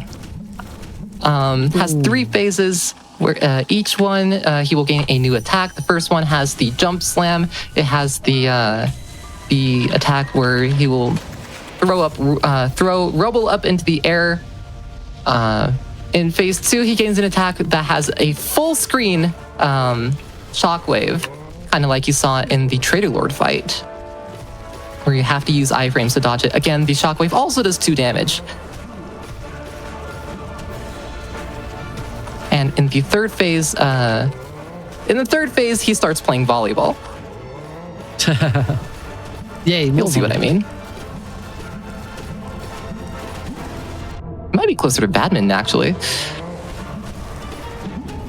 I There we love go. the attention to detail with the bugs just going about their daily business in Absolutely. the background. Yeah. Completely ignoring the massive fight that's happening. They're just trundling along. I did not give you that heal. Yeah, they're the little maggots, the husks. Oh, there's that volleyball attack.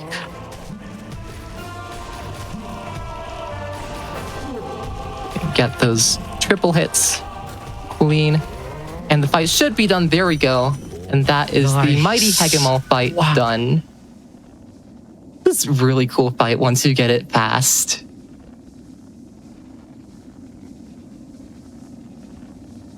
Of course, all of this dialogue completely new and translated as well. This gives us the Boon of Hollownest charm.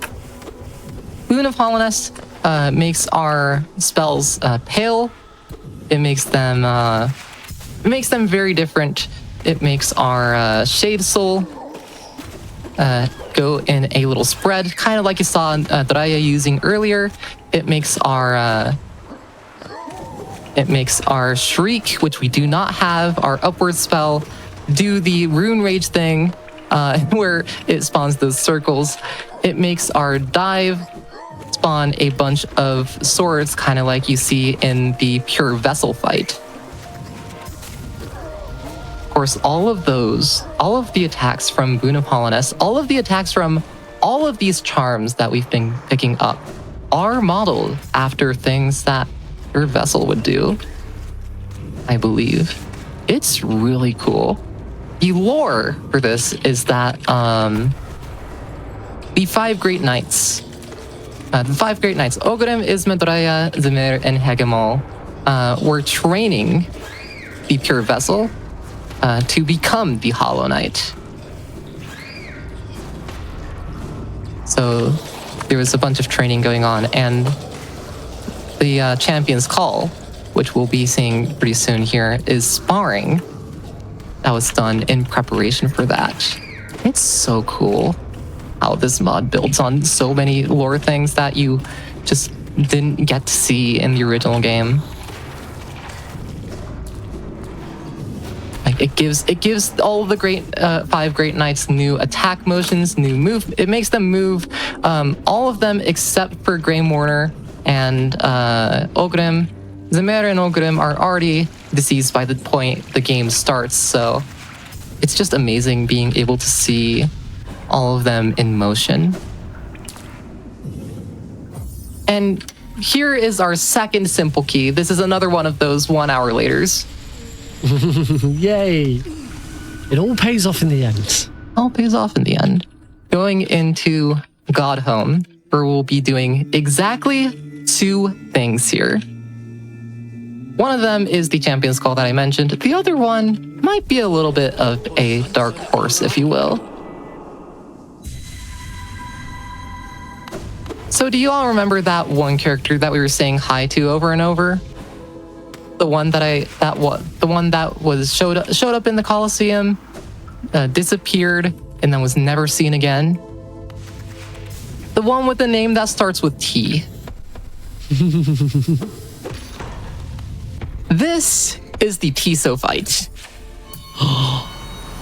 Fight against Tiso? You get to fight Tiso. This is such a bizarre fight. His shield just turns into a gun. Yeah. For his neutral special, he wields a shield gun. The shield can do so many things. It can become a gun, it can become a boomerang, it can become a parachute, it can become a needle. It can spawn a bunch of bombs from midair.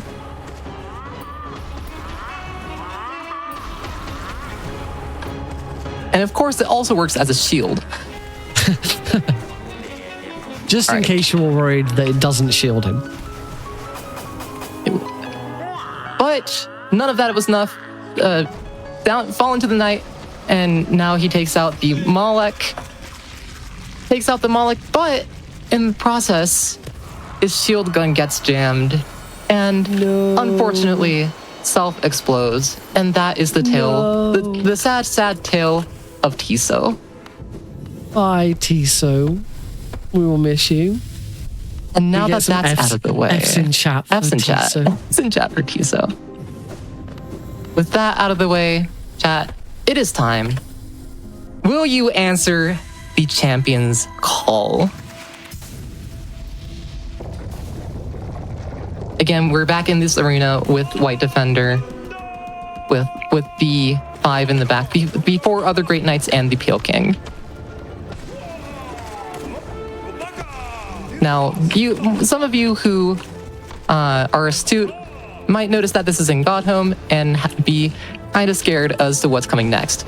You would be correct, but you'd also be wrong. This is Loyal Ogrim and Kindly Isma. This is a tag team fight. Oh, this is really cool. Wow. Where Ogrim throws these dung balls. Yes. I was gonna say, do they still retain the same moves as before, or do they then throw in some new stuff as well? Oh, they have some new tricks up their sleeve. Specifically, they have a bunch of these tag team attacks where Ogrim throws those dung balls, and then Isma throws them at the ground, and those will spawn these vines. And when one disappears, the other is here to attack. 1, 2 on the ground, and then Isma does this vine attack. Ogrim shows up from the floor, and we're into the next phase of this fight. The walls from the Isma arena are back as well. Anytime that Ogdom disappears, Isma is there to cover. So this is such a cool fight. I cannot stress enough. This is fan-made. Can you believe that this is all fan-made? Now you see why people are calling this the unofficial 5th DLC. This is intense. And once one falls, the other is here once again to pick up the helm.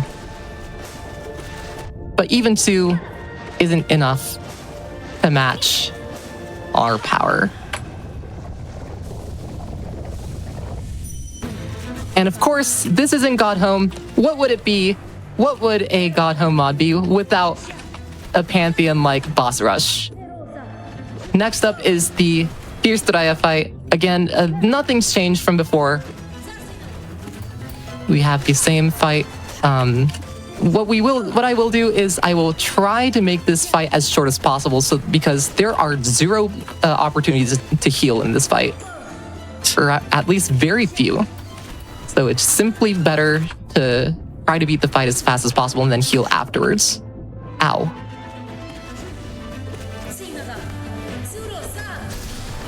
Now, as is customary with these boss rushes in this game, if you die mid Champion's Call, you do have to start from the beginning.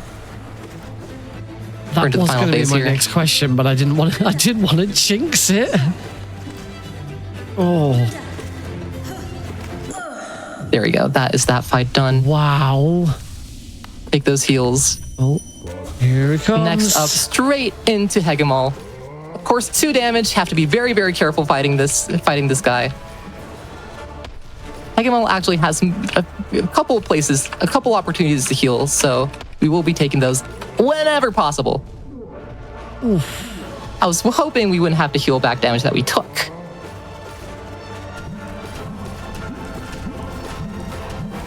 There we go. Again, you are not supposed to be here with this equipment. This is meant to be done with full equipment from a 112% completed save file.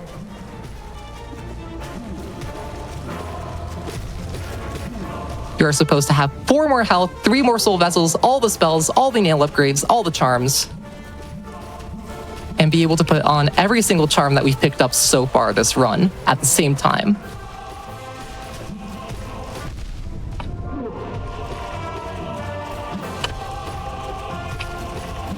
All right, there we go.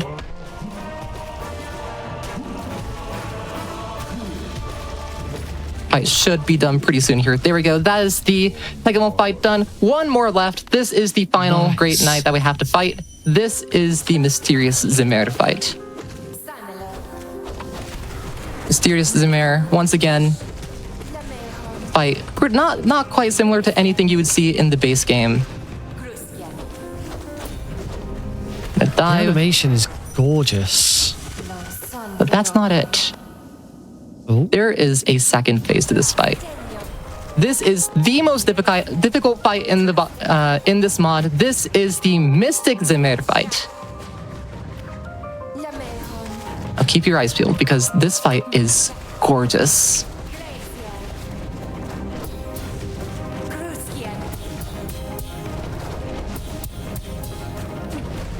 All right, carry that.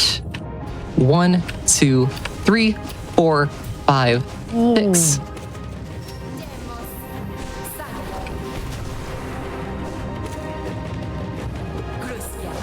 Get the Shadesel triple there. Dive through that. Get an opportunity to heal. That's a stagger. Just a bit over halfway through the fight now. Bury that. Go into this rush phase. 1, 2, 3. I have seen this boss compared to Millennia from Elden Ring, and I see all of those similarities with the fake out second phase. And just look at her movements. She might as well just look like a goddess at this point. 1, 2, 3, 4, 5. 6 dashes, 2 health. She does have 2 damage attacks, so be very careful. 1 damage, 1 health left. Nope, not quite. No. We'll go one more time. Again, we do have to start from the beginning, but that's completely fine. You get to see all 5 bosses again. Oh, that was so tense. That was so tense the entire time. Yeah, this mod is so cool. Oh. Come on, chat. Let's get some energy in. This is spectacular. Yeah. Oh, It's amazing. Tag team.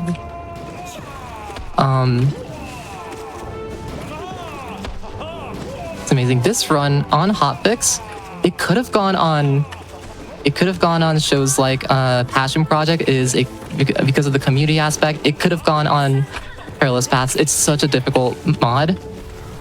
But here it is on Fast Travel, and I'm so glad that it's here. I got to talk about translation things too. I'm so glad that it's here. This is just amazing to watch. It never ceases to amaze me the creativity of mods. Mm-hmm. I mean, this is what happens when you don't give people Silksong. All right, there we go. Have this attack here. Dive there. And she will volley Ogrim down into the ground. Have a chance to heal. We did not get to heal. Oh.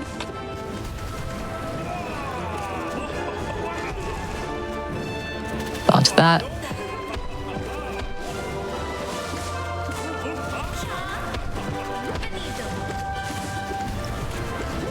Not quite enough. All right. Opportunity to heal. Opportunity to heal again. Not quite. Okay.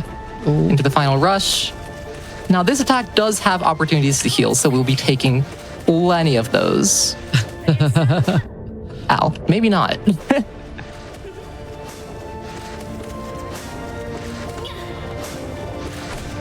All right. 1, 2. There we go. 1, 2. Shade Soul. 1, 2. Shade Soul. 1. And that is the fight done. Heal up to full. Once again. Fistraya. Can I just say, by the way, the technical skill required to just put all these bosses back to back? It is so cool. What again? I'm gonna keep saying this. It's so cool what the team's done to get this all together. And this wouldn't have been possible with any single person on the team not being there. Ow. I was gonna say the technical skill that you've got to fight back. I think I would be using every bit of energy I've got just to avoid taking damage, never mind getting hit back in. Mm-hmm. Just dodging is so difficult already. I thought the base game was hard. Yeah, this builds on that difficulty. Dare I say it? I think it might reach... people like to say Silksong is more difficult than Hollow Knight. I think it might reach that level. Difficulty. All right. Dive there. Dive there.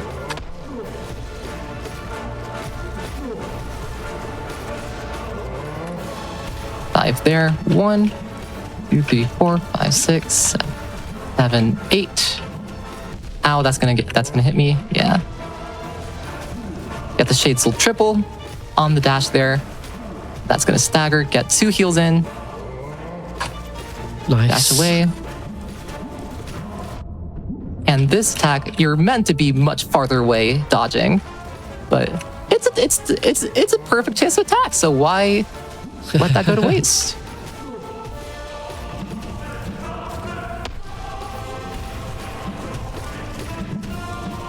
All right, fight should be done pretty soon here. There we go. Heal, heal. Time to heal. All the heals. Oh. Ow. I died, come on. Oh. Chat, I hope you are on the edge of your seats just as much as I am. Ow. See if I can do the rest of this first phase without healing. I don't think I've ever been so nervous watching a speed. Never mind doing one of my own speedruns. I think I've never been this nervous watching one. It's healing time. All right, back into Mystic Zimmer.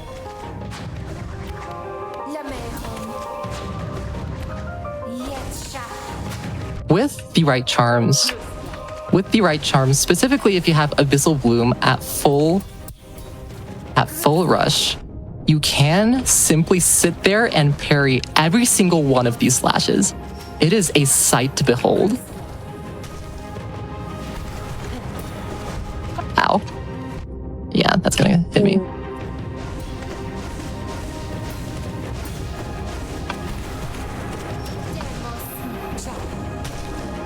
Take a heal here. These throw attacks are the heal points in this fight. You wouldn't believe it. Time for a cheeky heal. Ow. Oh.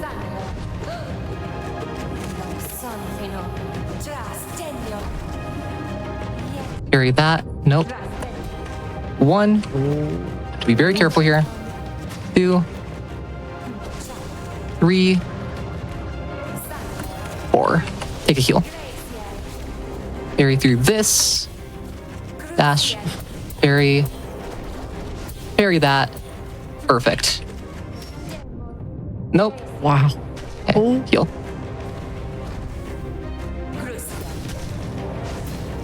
Saw that great slash attack, that nail art that you saw at the end of my last attempt. That attack does 2 damage. So I have to be very careful of not getting hit by that, even when I have health. 1, 2, I thought I died there. 4, 5, 6. Oh. Play it safe. Heal. Get the triple hit. 1, 2, nope. From the top. Dive. 1 more from the top. That is the fight done. Time is going to be as soon as it cuts to black. Champion of the court. You are the vessel. You are the Hollow Knight. That is time. Oh, wow.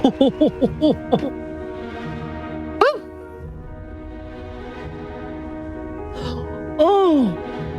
Oh, Everyone. Give it up. This Wow.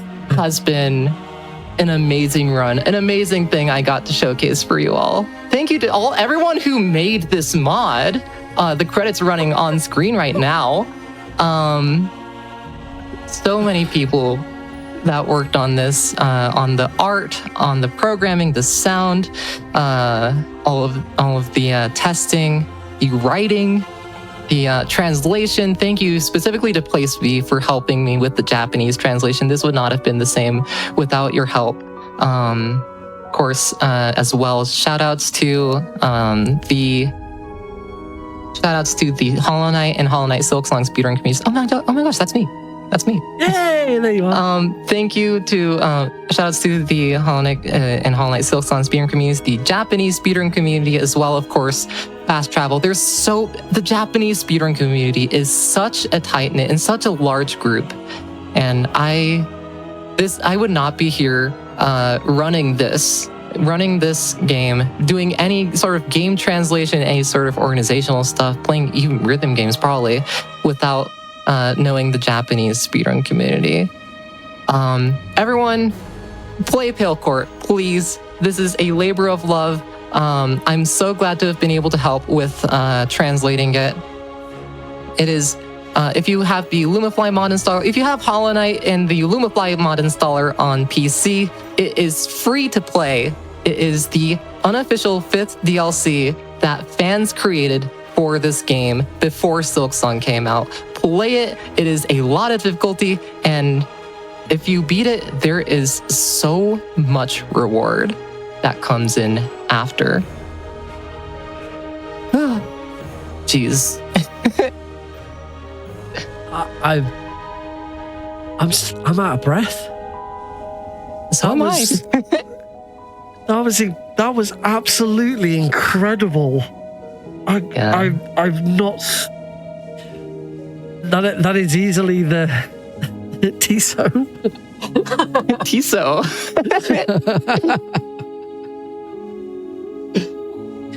That was one of the most incredible boss rushes I have ever witnessed. That was amazing. Chat, I would say chat, please go ballistic for Soryoshi, but they already have. Chat is absolutely popping off. That was just absolutely. I mean, the whole thing has been a delight from start to finish, but that final boss rush was just something so special. Like, folks, if you want a challenge, if you enjoyed Hollow Knight and you want to go the extra level, then Pale Court is for you. Pale Court is not for me. I can tell you that. There is not a chance I would be getting through that. But this has been an absolutely amazing showcase. Please tell our wonderful audience where we can find you. What are you up to at the moment? Yeah, thank you. Hi, I'm Sawayoshi. I speedrun Hollow Knight, Silksong, Hollow Knight Pale Court, among other indie platformers and Metroidvanias. I stream on Twitch starting at the very, very opportune time of roughly 4 to 5 a.m.-ish Eastern. Usually my streams are completely in Japanese, so but I have plenty of English viewers. You're free to come and hang out. I have a YouTube channel. I have a Blue Sky. For some godforsaken reason, I still have a Twitter account, all under either Sawayoshi or Sawayoshi YT. And I translated this. I also do game translation on the regular as a day job. And if you look at I have a little card site, sawayoshi.card.co, you'll see a little portfolio of everything I've worked on. Yeah, thank you all for being here. This has been Sawayoshi. This has been Hollow Knight Pale Court, 100% new game. But this is fast travel. We still have another run and another Japanese murder to showcase, don't we? We absolutely do. Thank you so much. I'm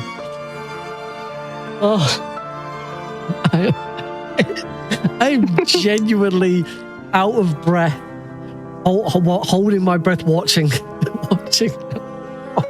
Folks, we do have another I just can't. We've got another Japanese game. Japanese runner coming up very soon, something very close to my heart as well. So don't go anywhere. Take a break. Go catch your breath. I know I'm going to. And we will. Welcome back to Fast Travel, fellow travelers. I've just about caught my breath after that incredible run of Hollow Knight Pale Court. If you missed that run, then you missed out on a treat.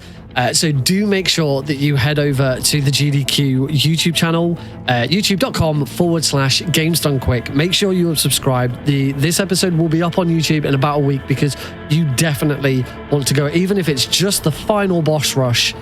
Boy, howdy, that was something special. Very, very, very, very fun run. And now we have another very, very fun run from a series that I love so very, very much. So if anyone who does know me outside of Hotfix, you'll know that I am a Metal Gear speedrunner. I've run plenty of games in the Metal Gear series. And as soon as I knew that we were going to go to Japan, I knew I had to get a Metal Gear game on the show. But I figured, let's do something a little bit different. We've not gone with a game from Kojima Productions. We've gone from another Japanese developer, Platinum Games, and this is a run that I haven't learnt the speedrun for. I love this game so much. It's absolutely fantastic. I do intend to speedrun it at some point, but to speedrun it for you now, I bring on the current world record holder. This is Akira Kirizaki. Take it away. Hi everyone. I'm Akira Kirizaki. I'm going to go to Metal Gear Rising Revengeance 80% new game plus subs. This is the main category on this game's leaderboards. I count down from 3, 2, 1, go. Let's go! Let's do this. Oh, first, I parry this guy. Cut these enemies. Okay. Next boss is Ray. So it is a heavy RNG boss. I want him to headbutt me. Yeah. Okay, headbutt. Okay. I cut the head armor, but I didn't cut the blade mode after that. Okay. Tail attack parry. Cut the tail. Right attack. Headbutt, okay. Good RNG. Right attack. Headbutt, okay. Okay. Reiwa is done.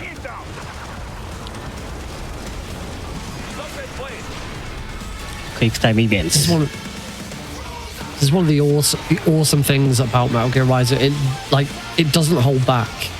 Straight away, we are straight into. You are fighting a Metal Gear within 2 minutes of the game starting, and not only that, you're going to toss it.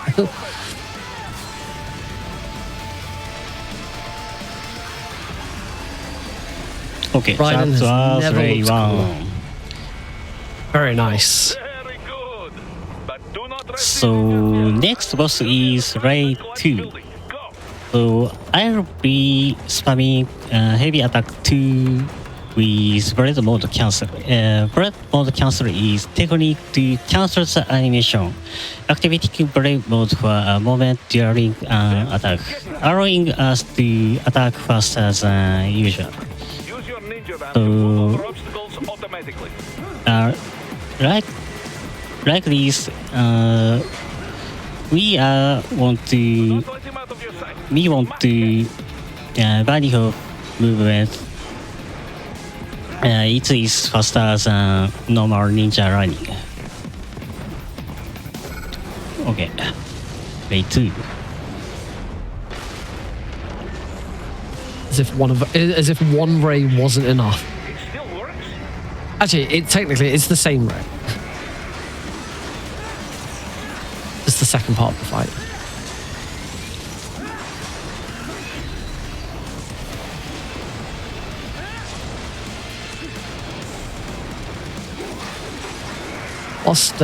Whilst it is a really cool way to start the game. You do have to remember that in Metal Gear Solid 2, Raiden fought like 25 of these in a row. It takes him a bit longer just to take out one.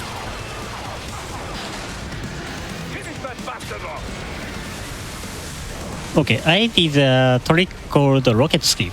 He jumps back and shoots some rockets at Raiden. If I ninja run and press blade mode, it reduces the number of rockets Raiden has to jump over in cutscene.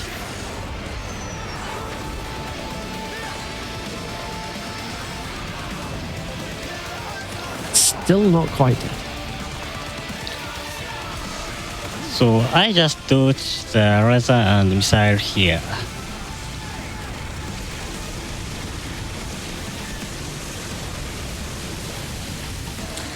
Platinum games love their clock towers.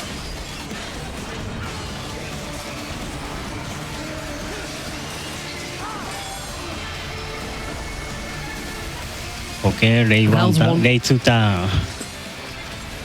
One way of making sure that Ray isn't going to get back up, slice it in half. And we see a nice S rank at the end there. Very nice. Thank you. So we are next boss is Sam. we can't win these fights, so we want to lose as fast as for sure. I want to ride at HP 50 below. Okay. Self-taught and not half bad. Still. Yes, if you are somewhat squeamish, this fight's not for you. Raiden does not take this loss very well. Your technique lacks something. Also, give it up for one of the coolest characters in the Metal Gear series, Jetstream Sam. Okay. He's got a smile that'll charm. Stand in front. Just wait about 12 seconds. Recharge. You're not looking so once. good there, Jack. Okay, I lose him.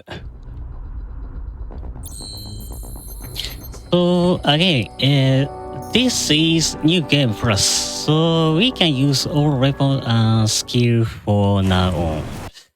So I'll do forearm jump, glitch, to skip out of bounds. Yeah, like this.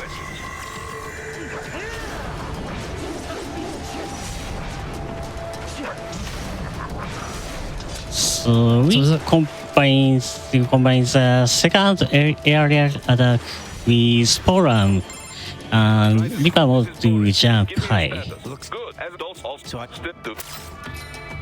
So Ripper mode slows down the game, which means it extends animations, so we are able to jump to very high press and skip many sections of the game. Yeah, like this. It should be noted here the window to get the animation cancel with Reaper mode is very small. So getting some of these pole jumps first try is really impressive. Okay, boss fight, Blade Rule. Okay, I used fully upgrade the pizza place and Ripper mode, so he just died instantly. That was pretty damn quick. Yeah. So I want to do another trick. If we dodge attack during this small cutscene, the trigger can be skipped like that.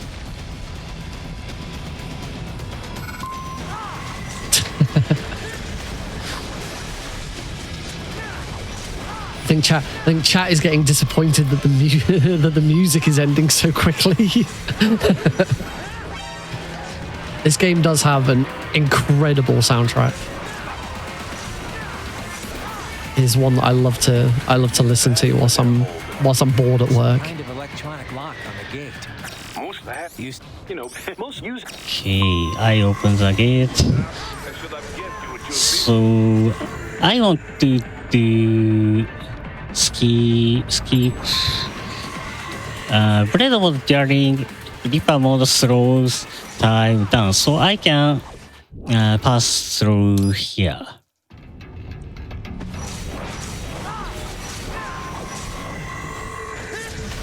Love the idea of just slowly walking past them. It's all good. They're not bothered.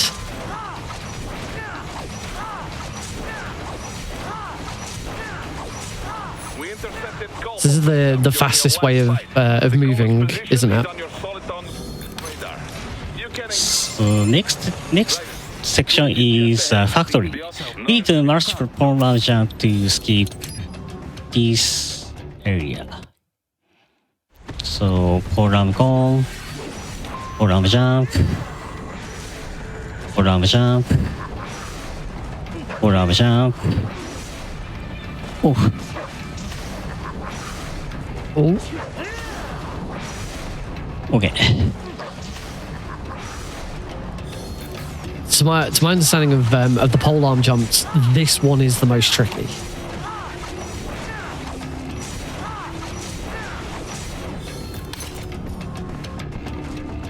Because we're not out of the water yet. We've got another pole arm jump to get back in bounds here.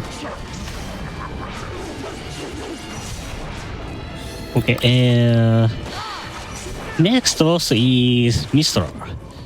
So I want to switch Pizza Bread for boss fight. Okay, Mistral. Charge Pizza 1.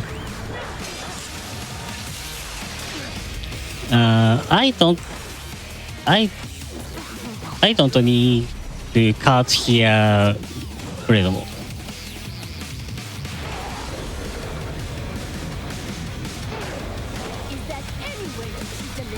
Charge Pizza 1 again.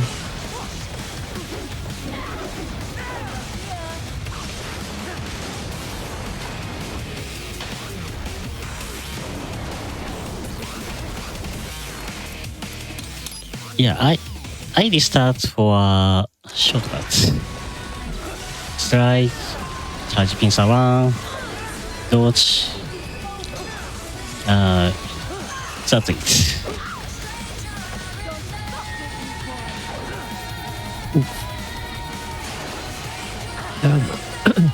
And that is the fight.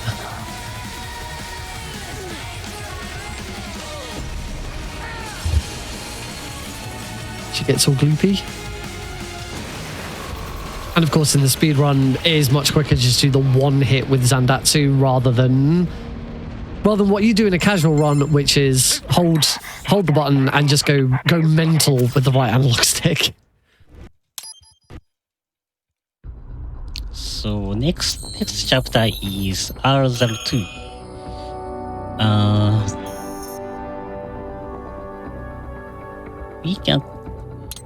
We can dodge at the start of some codec.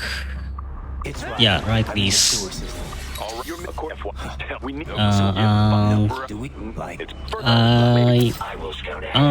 I equip a weapon here. So I want to use lightning strikes. Lightning strike is fastest movement technique.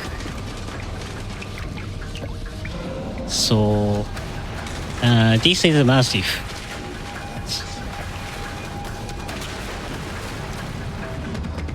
I just do lightning strike.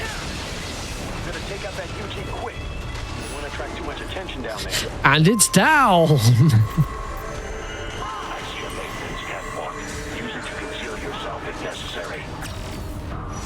No more falling right. I want. Okay. I want to stealth here. Okay. I did stealth. Okay.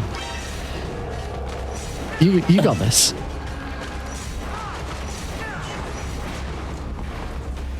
Throughout all of this, despite the hack and slash nature, the game does remember that it's a Metal Gear game, so there is some stealth involved.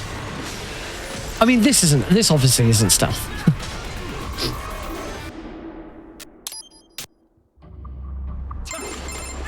So I did Sky High Cancel. It's pretty much the same as Lightning Strike Cancel. This is just stealth parts. They're not going to make it easy to get into that lab. There's some way you could sneak past? Again, managing to get past those enemies undetected.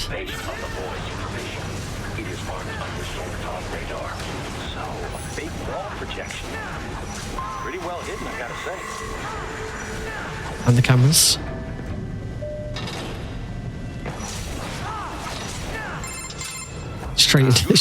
Blade strike straight into the button. Lovely. We want to stealth also here. Throw in grenades. Slide. Okay. I equip Fox Blade. So I can slice any attacks. I can slice any enemies or any attack without poses.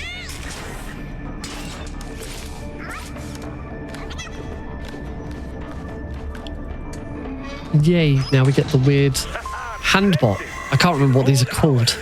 Now, use it to locate a data input terminal. Okay.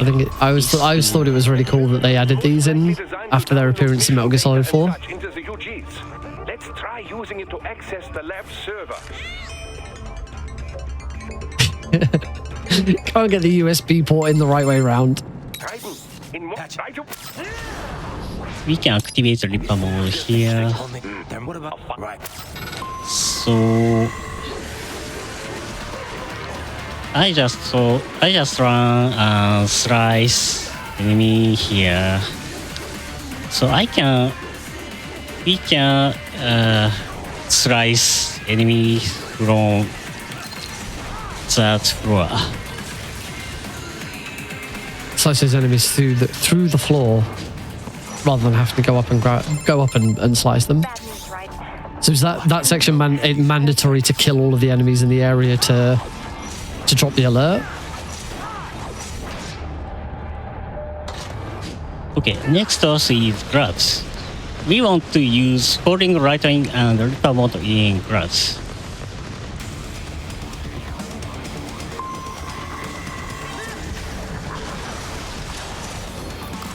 Whee!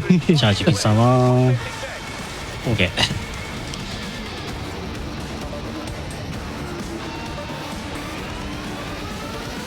Charge with someone again. Charge pincer 2. Pincer 1, pincer 1. That's it. Very nice. Yeah. Very clean grass fight. So next is R03. I use Ripper mode and holding right wing for out of bounds and skip the first fight.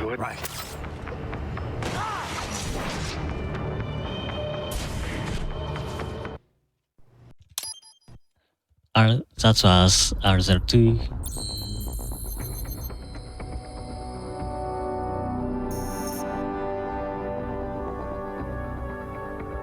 Oh, there's one little lesson there.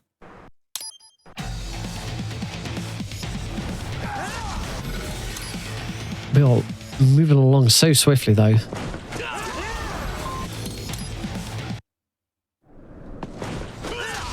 Okay, that's it. Oh, wow. That was quite okay. That was quite the skip.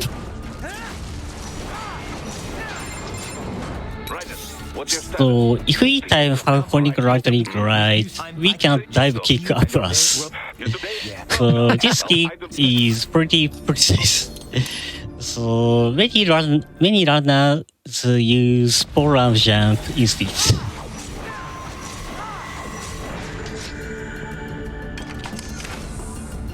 Lightning strike, sky high, up to the gecko pose. I use now quick draw charge attack.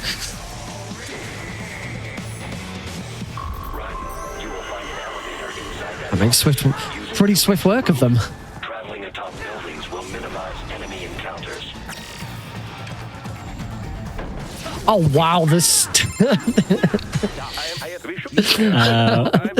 the charge is to get in there stealthily. We we skip this fight with lightning strikes cancel. This strat is little difficult.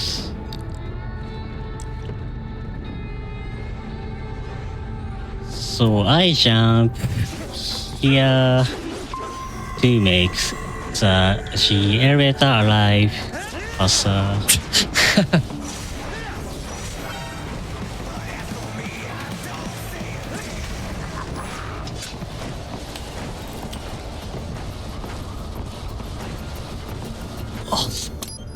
I missed. Oh, that looks so tight.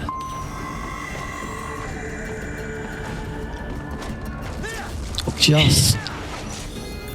Oh, very nice. Well done. One jump.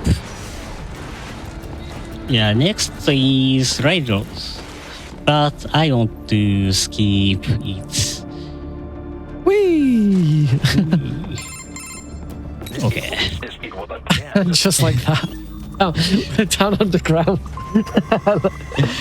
Railroad is completely dark stage, so I skip it from above.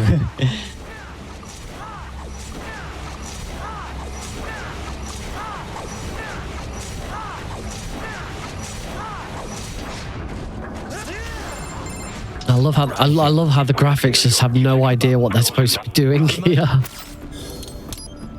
So I want to restart to inbound. So I'll do huge skip. From jump, holding lightning, vamos, slice guards.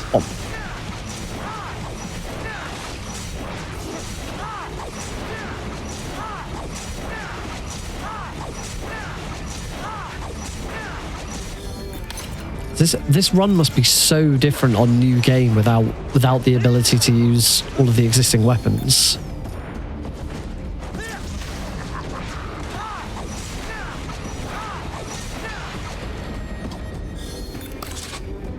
Okay, we skipped some talk with Paul Jump. We actually wanted to talk with him.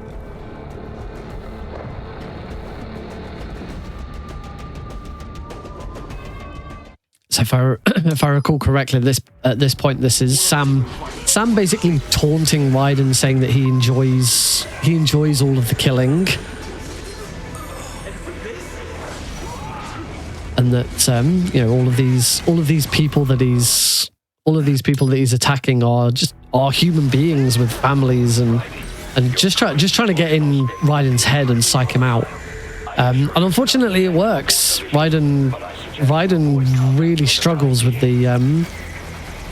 with what he was saying, and it's not until he gets into the next fight against say Monsoon. Yeah.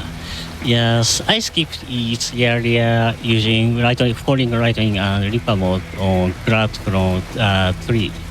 So enemies won't spawn on those stairs. So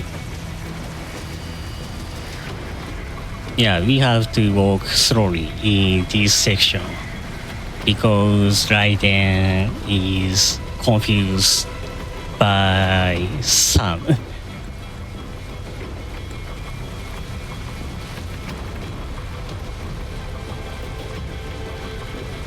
Sam just has this way with words. Yeah, I want here you are.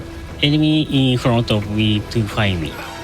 So enemies shoot rockets from behind. So this actually helps me go trigger in front of me.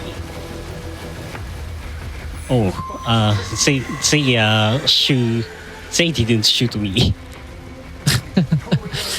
Sad. They just didn't fancy it today. Nah, we won't shoot the guy who's clutching his head. Oh, I guess that helps though. That's it. To nice little bit to get him knocked forwards.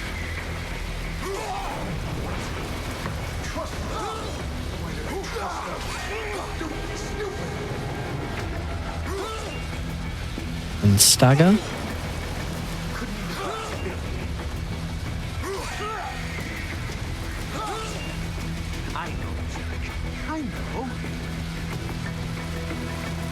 Is this section just on a timer?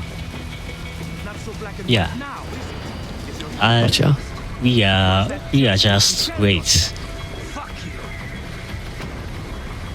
You can see Sam approaching. So And some more words of wisdom. we cannot skip this cutscene on PC version.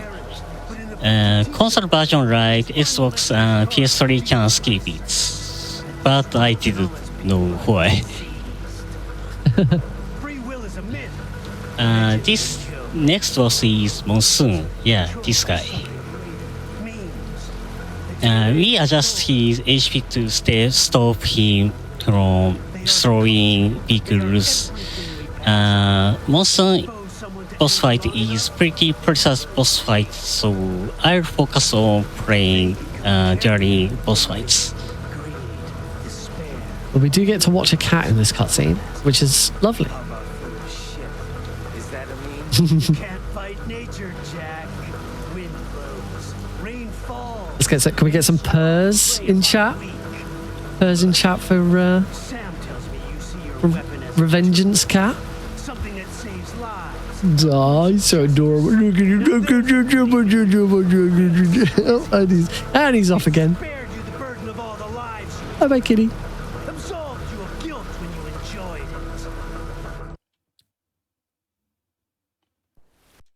All right, fight against Monsoon. This will definitely be a don't blink or you'll miss it.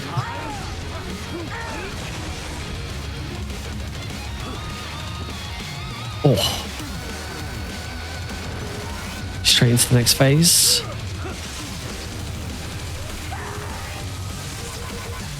This one's on me.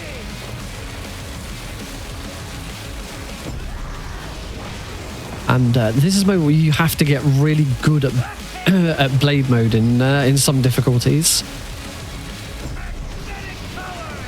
Here you can see Akira doesn't need to worry too much about blade mode at this point. Got his head.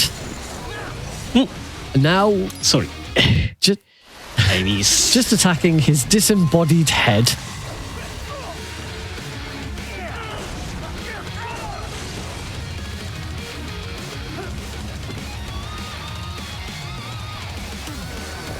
I did not realize that purrs in chat for Revengeance cat was rhymed. That was not my intention, but I love it.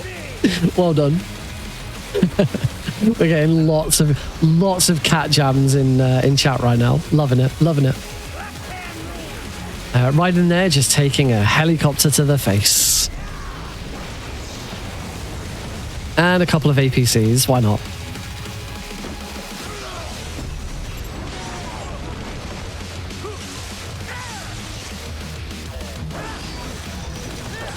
Time to attack the head again. The rest of the body just materializes out of nowhere. Okay. I wait. I actually wait for him to get up for last charge pincer attack. So I just got the swings.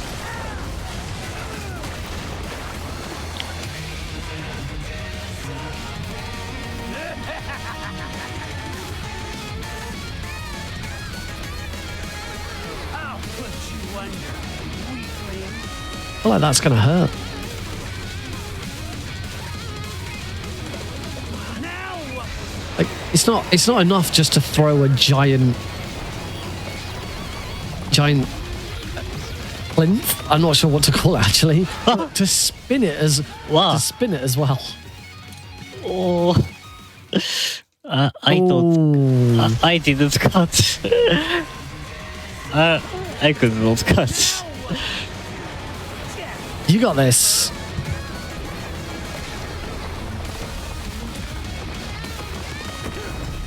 Okay. Oh. There we go.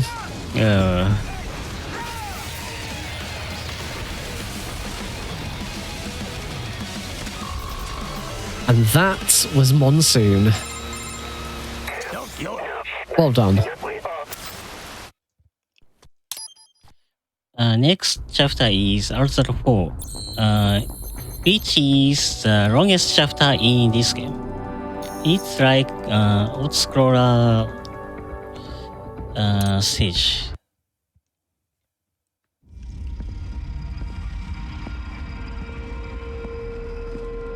So I spam Reaper mode. So I running a little bit. Undergoing training. Knock yourself out. Go nuts. So slide. So I have 4 rounds to for fighting here, not glitch.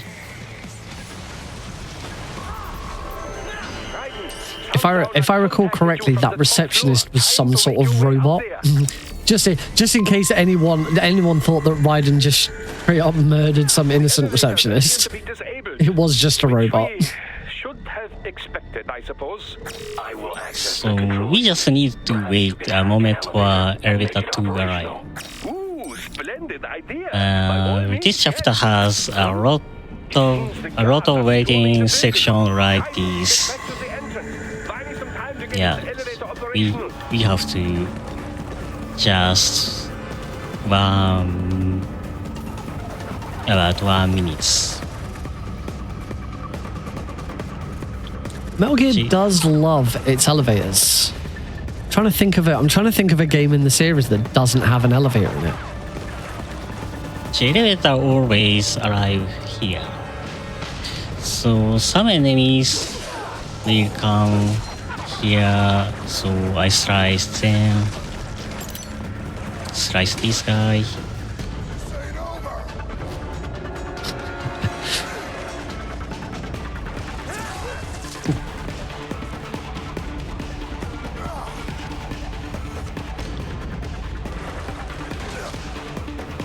You gotta appreciate the determination of a guy who's lost his legs and he's still willing to fight. He's fine. It's just a flesh wound. For security purposes. So next is office area. We have to break 3 panels to open the gate. The electrical panels are most likely hidden in the wall. Use your enhanced AR to search for any unusual heat sources inside the wall. 1 down. Good. 1 down, 2 to go. Keep at it, Raiden. 2. Excellent. Just Slice these guys.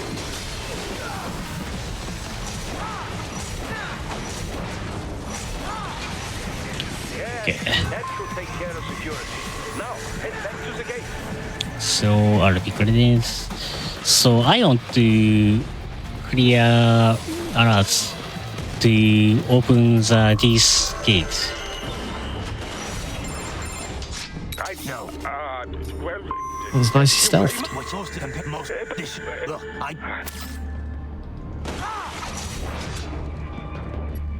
So this section is many lightning strike cancel. So I'll focus on playing.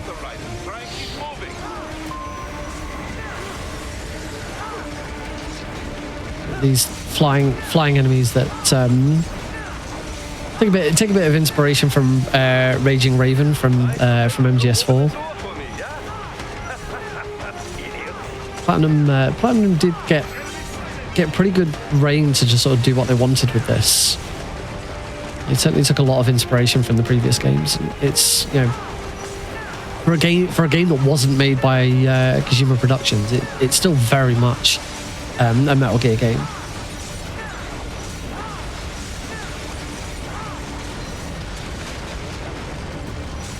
Obviously, anyone who is a fan of Bayonetta, if you've not played Metal Gear Rise and Revengeance, would highly recommend it. Obviously, the Platinum games, same Same developer. And now Bird Strikes. Okay, this is wall run minigames. I just found jump like this.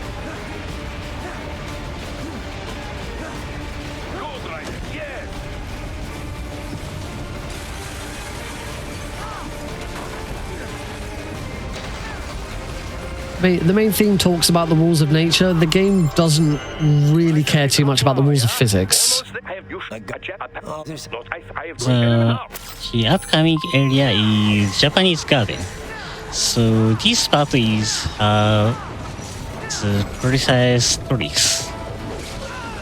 How to disguise.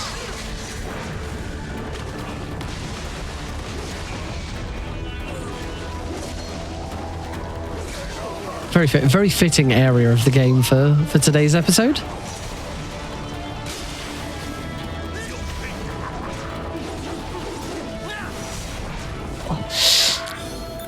Oh. So again, using the pole arm jump to get up on top. And another one. Follow the catwalk straight ahead. Reach the elevator. And that is a lot of this area skipped with those pole arm jumps. Just gotta wait for that alert to disappear.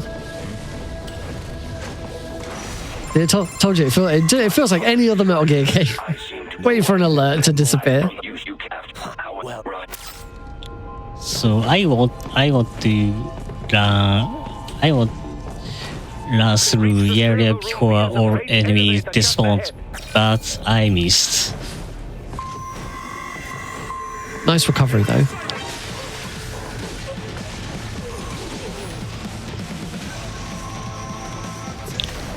So we have a freight elevator. It is almost obscure. First, right these guys. Sky high.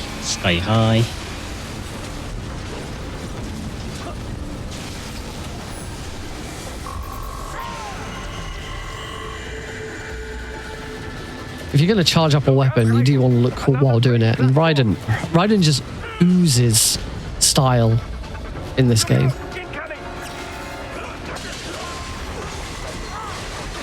Some people would suggest that it's like a redemption for his appearance in Metal Gear Solid 2, but I never had a problem with his appearance in Metal Gear Solid 2. I always loved Raiden. I loved Raiden before he became a badass.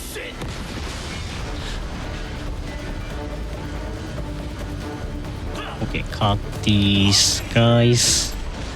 Careful, Raiden. The elevator cannot take much more of this. Jump to that Smooth. The platform is losing I want to Scheiße. The tripods are interfering. Clear them out of the move car. elevator. Do not let them block the elevator.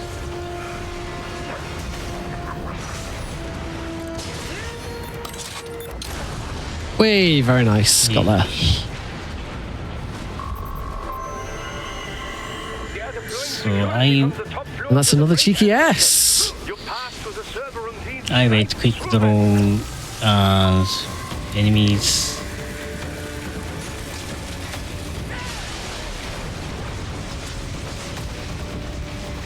Oh.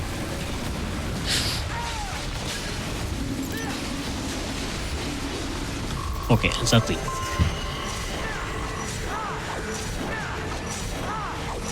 Oh.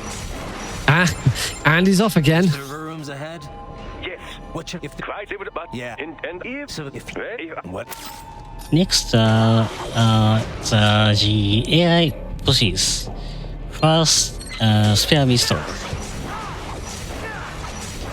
Come on. Open the gate.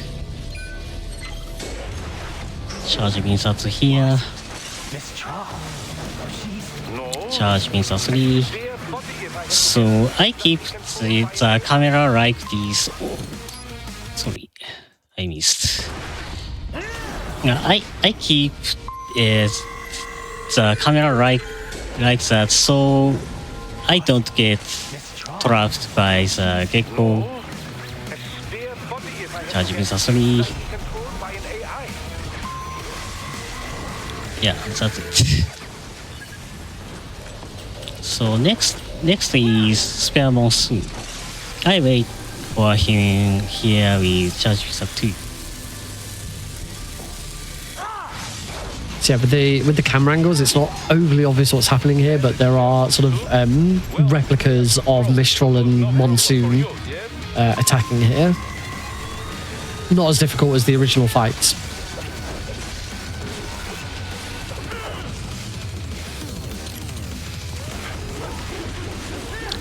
So I used parry cancel to throw EM grenade instantly.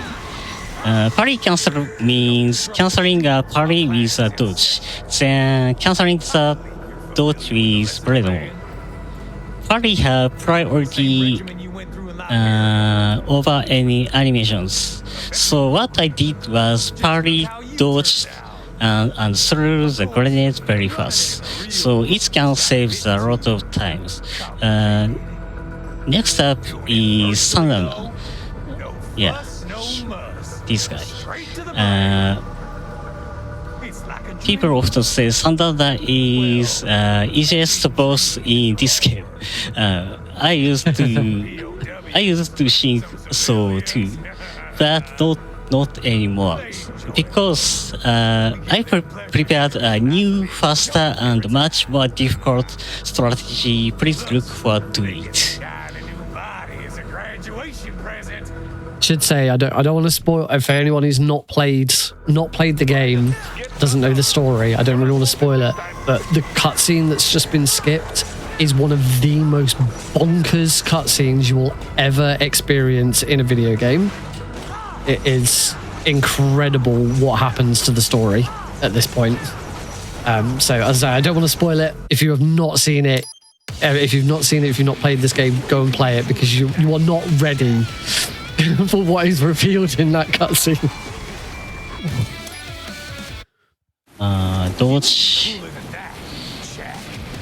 Dodge and Charge Visa 2.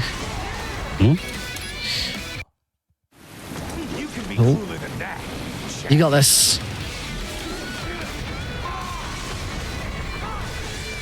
Visa 2.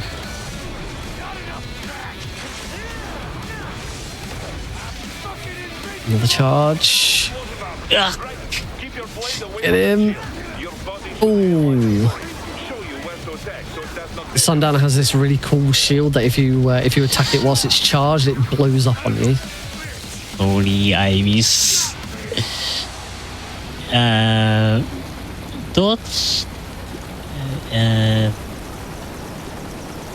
This strategy is about 3 seconds faster if I success. But counting the hits is very precise. We have to kill him in exactly 8 hits.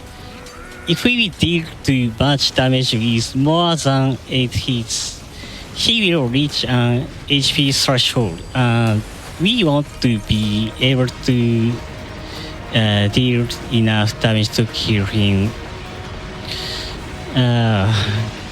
Now it's rider sections. I just stay here and shoot rockets.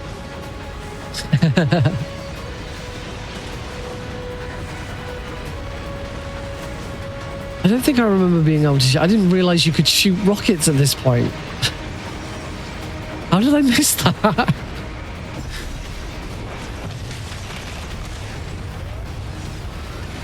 And hey, 3 seconds is 3 seconds.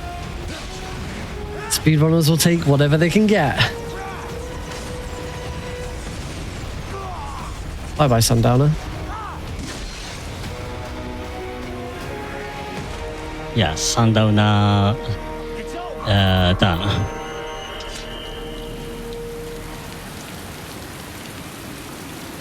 So that's what R04. And yes, just to agree with chat, Red Sun, another banger of a track. Hurry. I know. And they he's a con. Then we right. Now he has to get pretty much across the other side of the country within like only an hour or so. So hits up an old friend. I don't because we'll be skipping the cutscene. I don't think we'll spoil it. That was quite the fall, Raiden. I'm glad to see that you are all right. So R05 Oh no, we've got to get there first. slice these guys.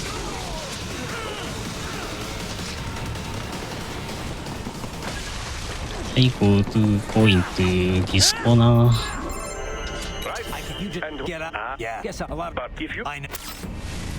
Lightning strike.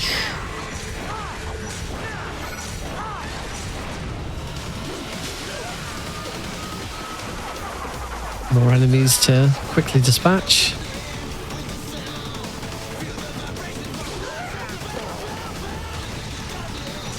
I'm guessing there's no RNG with like where the enemies spawn here. It's always a set pattern. You seem to know exactly where to go. Raiden, hurry. It may be an RLB, but it still needs time to accelerate and decelerate from first cosmic velocity. It could require more than 30 minutes to get to Pakistan. A little bit of stealth around the handy Throw bots. RP grenades. Okay. Trusty RP smoke grenade again. Okay. I've located That's a it. route with relatively light security. I will mark the heading on your solid So The radius of those smoke grenades is massive. I will join you in Pakistan. I will find a way to exit the helicopter. up. Oh. I will contact you when I am on the ground. Next boss is Sam. R06 is only boss fight against Sam. I'll focus on playing Sam boss fight. Yeah, Raiden's on his way to an airfield, but Sam intercepts him. And we get one of the coolest fights in the game. Which I'm pretty sure in the speedrun is over far too quickly to really appreciate. Like, you can already see Sam's health. And yep, that's the fight. Bye, Sam. Bye, Sam. Yeah, that was R06. Actually, the shortest chapter in this game. Poor Sam. If you've not played Rise and Revenge, there is DLC. There's Blade Wolf DLC and there is a Sam DLC. There is a smaller section. You play as Sam, and it acts as a prequel to the game, and it's kind of about Sam getting hired by the PMCs to then do this mission, basically. Again, another song that we don't get to listen to much. I'm gonna have to listen to this soundtrack again tomorrow. Okay, I go to boss directory.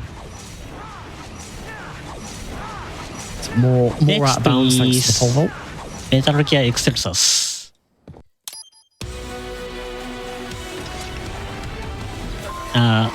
Just I want to hit his legs. Charge pincer combo. Okay. We don't need cut. We don't need to cut here.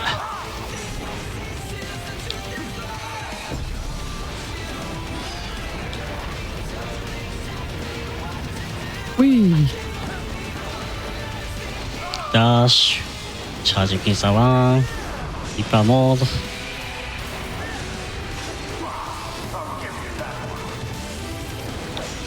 So I just wait. Oh, appear. Okay. So we want to take damage. So I actually take some hits from his lasers. Okay.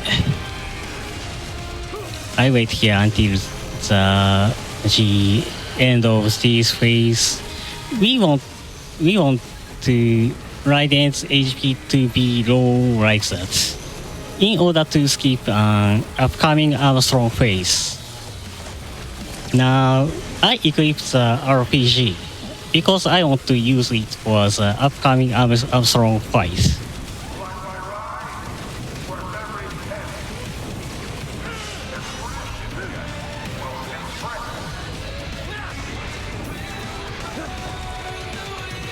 Nice.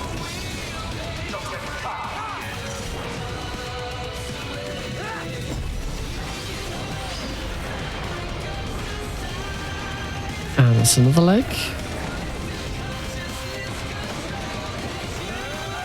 It's a very, very unique design for a Metal Gear. Again, another Metal Gear for Raiden to flip.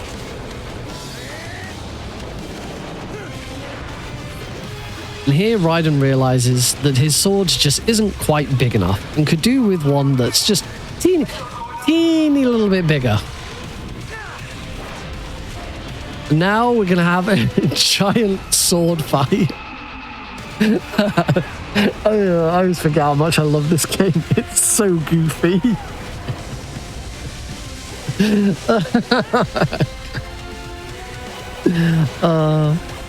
It's so good. Yeah, that's it. Exercise done. You Okay. even get to do blade mode with the giant.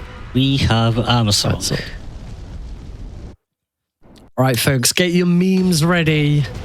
Shoot RPG. Oh. Shoot RPG. The best villain in the series, without a shadow of a doubt. Okay.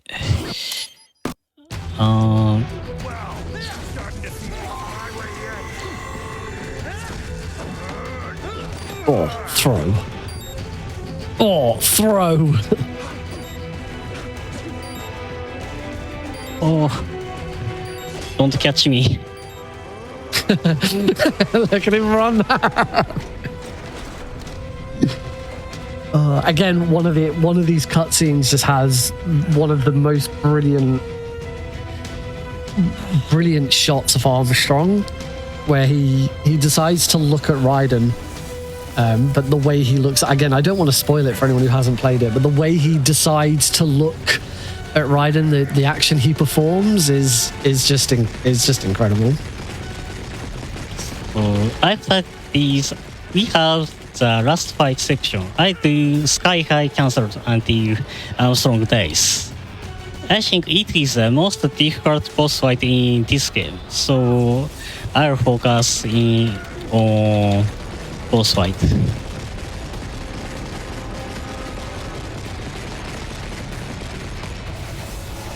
As chat has rightly pointed out, he's able to take all of these blows because of nanomachines, son! Sorry, I couldn't resist. All right, here's the actual fight. It's very, very fast here, but you might just be able to see Akira is cancelling this combo by going into blade mode.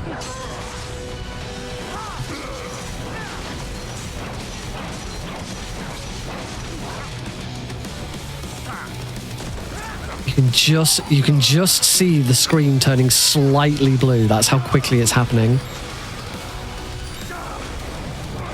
The pun, I forgot about the pun. Yeah, I say close to time. Very nice. Get ready.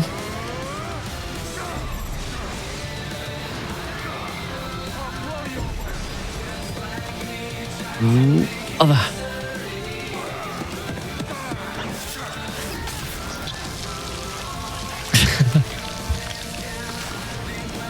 Right in the gut. Oh, and he does now have Sam's sword for reasons I can't quite remember. Blade Wolf brings him Sam's sword. That means he can fight.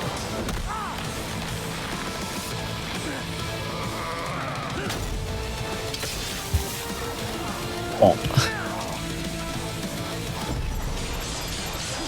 Tight.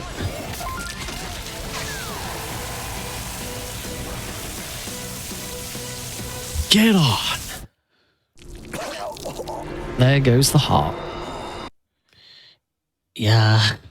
Thank you. Ooh, wild rides. I never tire of seeing Metal Gear Rising Revengeance. It is such a bonkers but incredible ride, and you've done an absolutely fantastic job showcasing it. So tell us, Akira, where can people find you? What kind of things are you up to if you are on your channel at the moment?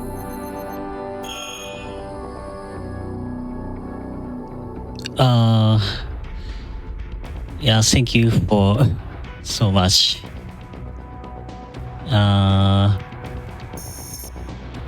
I saw you say sometimes you can check please you can check out my Twitch channel. Yeah. Okay. Brilliant. Thank you so much for being here. You've done an absolutely fantastic job. Yeah, please, folks. There is Akira's Twitch channel in chat. Please give Akira a check out, as this is an absolutely fantastic run. Akira is the world record holder. You will not find a better Metal Gear Rising Revengeance runner out there. But that is going to be it for today's episode of Fast Travel. Thank you all so much for being here. I hope you enjoyed these two fantastic runs, Hollow Knight and of course Metal Gear Rising Revengeance. It's been absolutely fantastic getting Japanese runners onto the show. So I do hope that you've enjoyed it as much as I have. Stay tuned. Of course, we have the wonderful Amber Cyprian up next with Passion Project. Some very, very fun runs coming up very soon. That's going to be it for me. We have got a 3-week break because Frost Fatales is coming up, which bumps us back a week. We have not picked our destination yet for the next episode of Fast Travel. So, of course, if you would like to be on the show, if you are from a particular region of the world and you'd like to showcase your games, your passions from your corner of the earth, then do make sure that you sign up. There is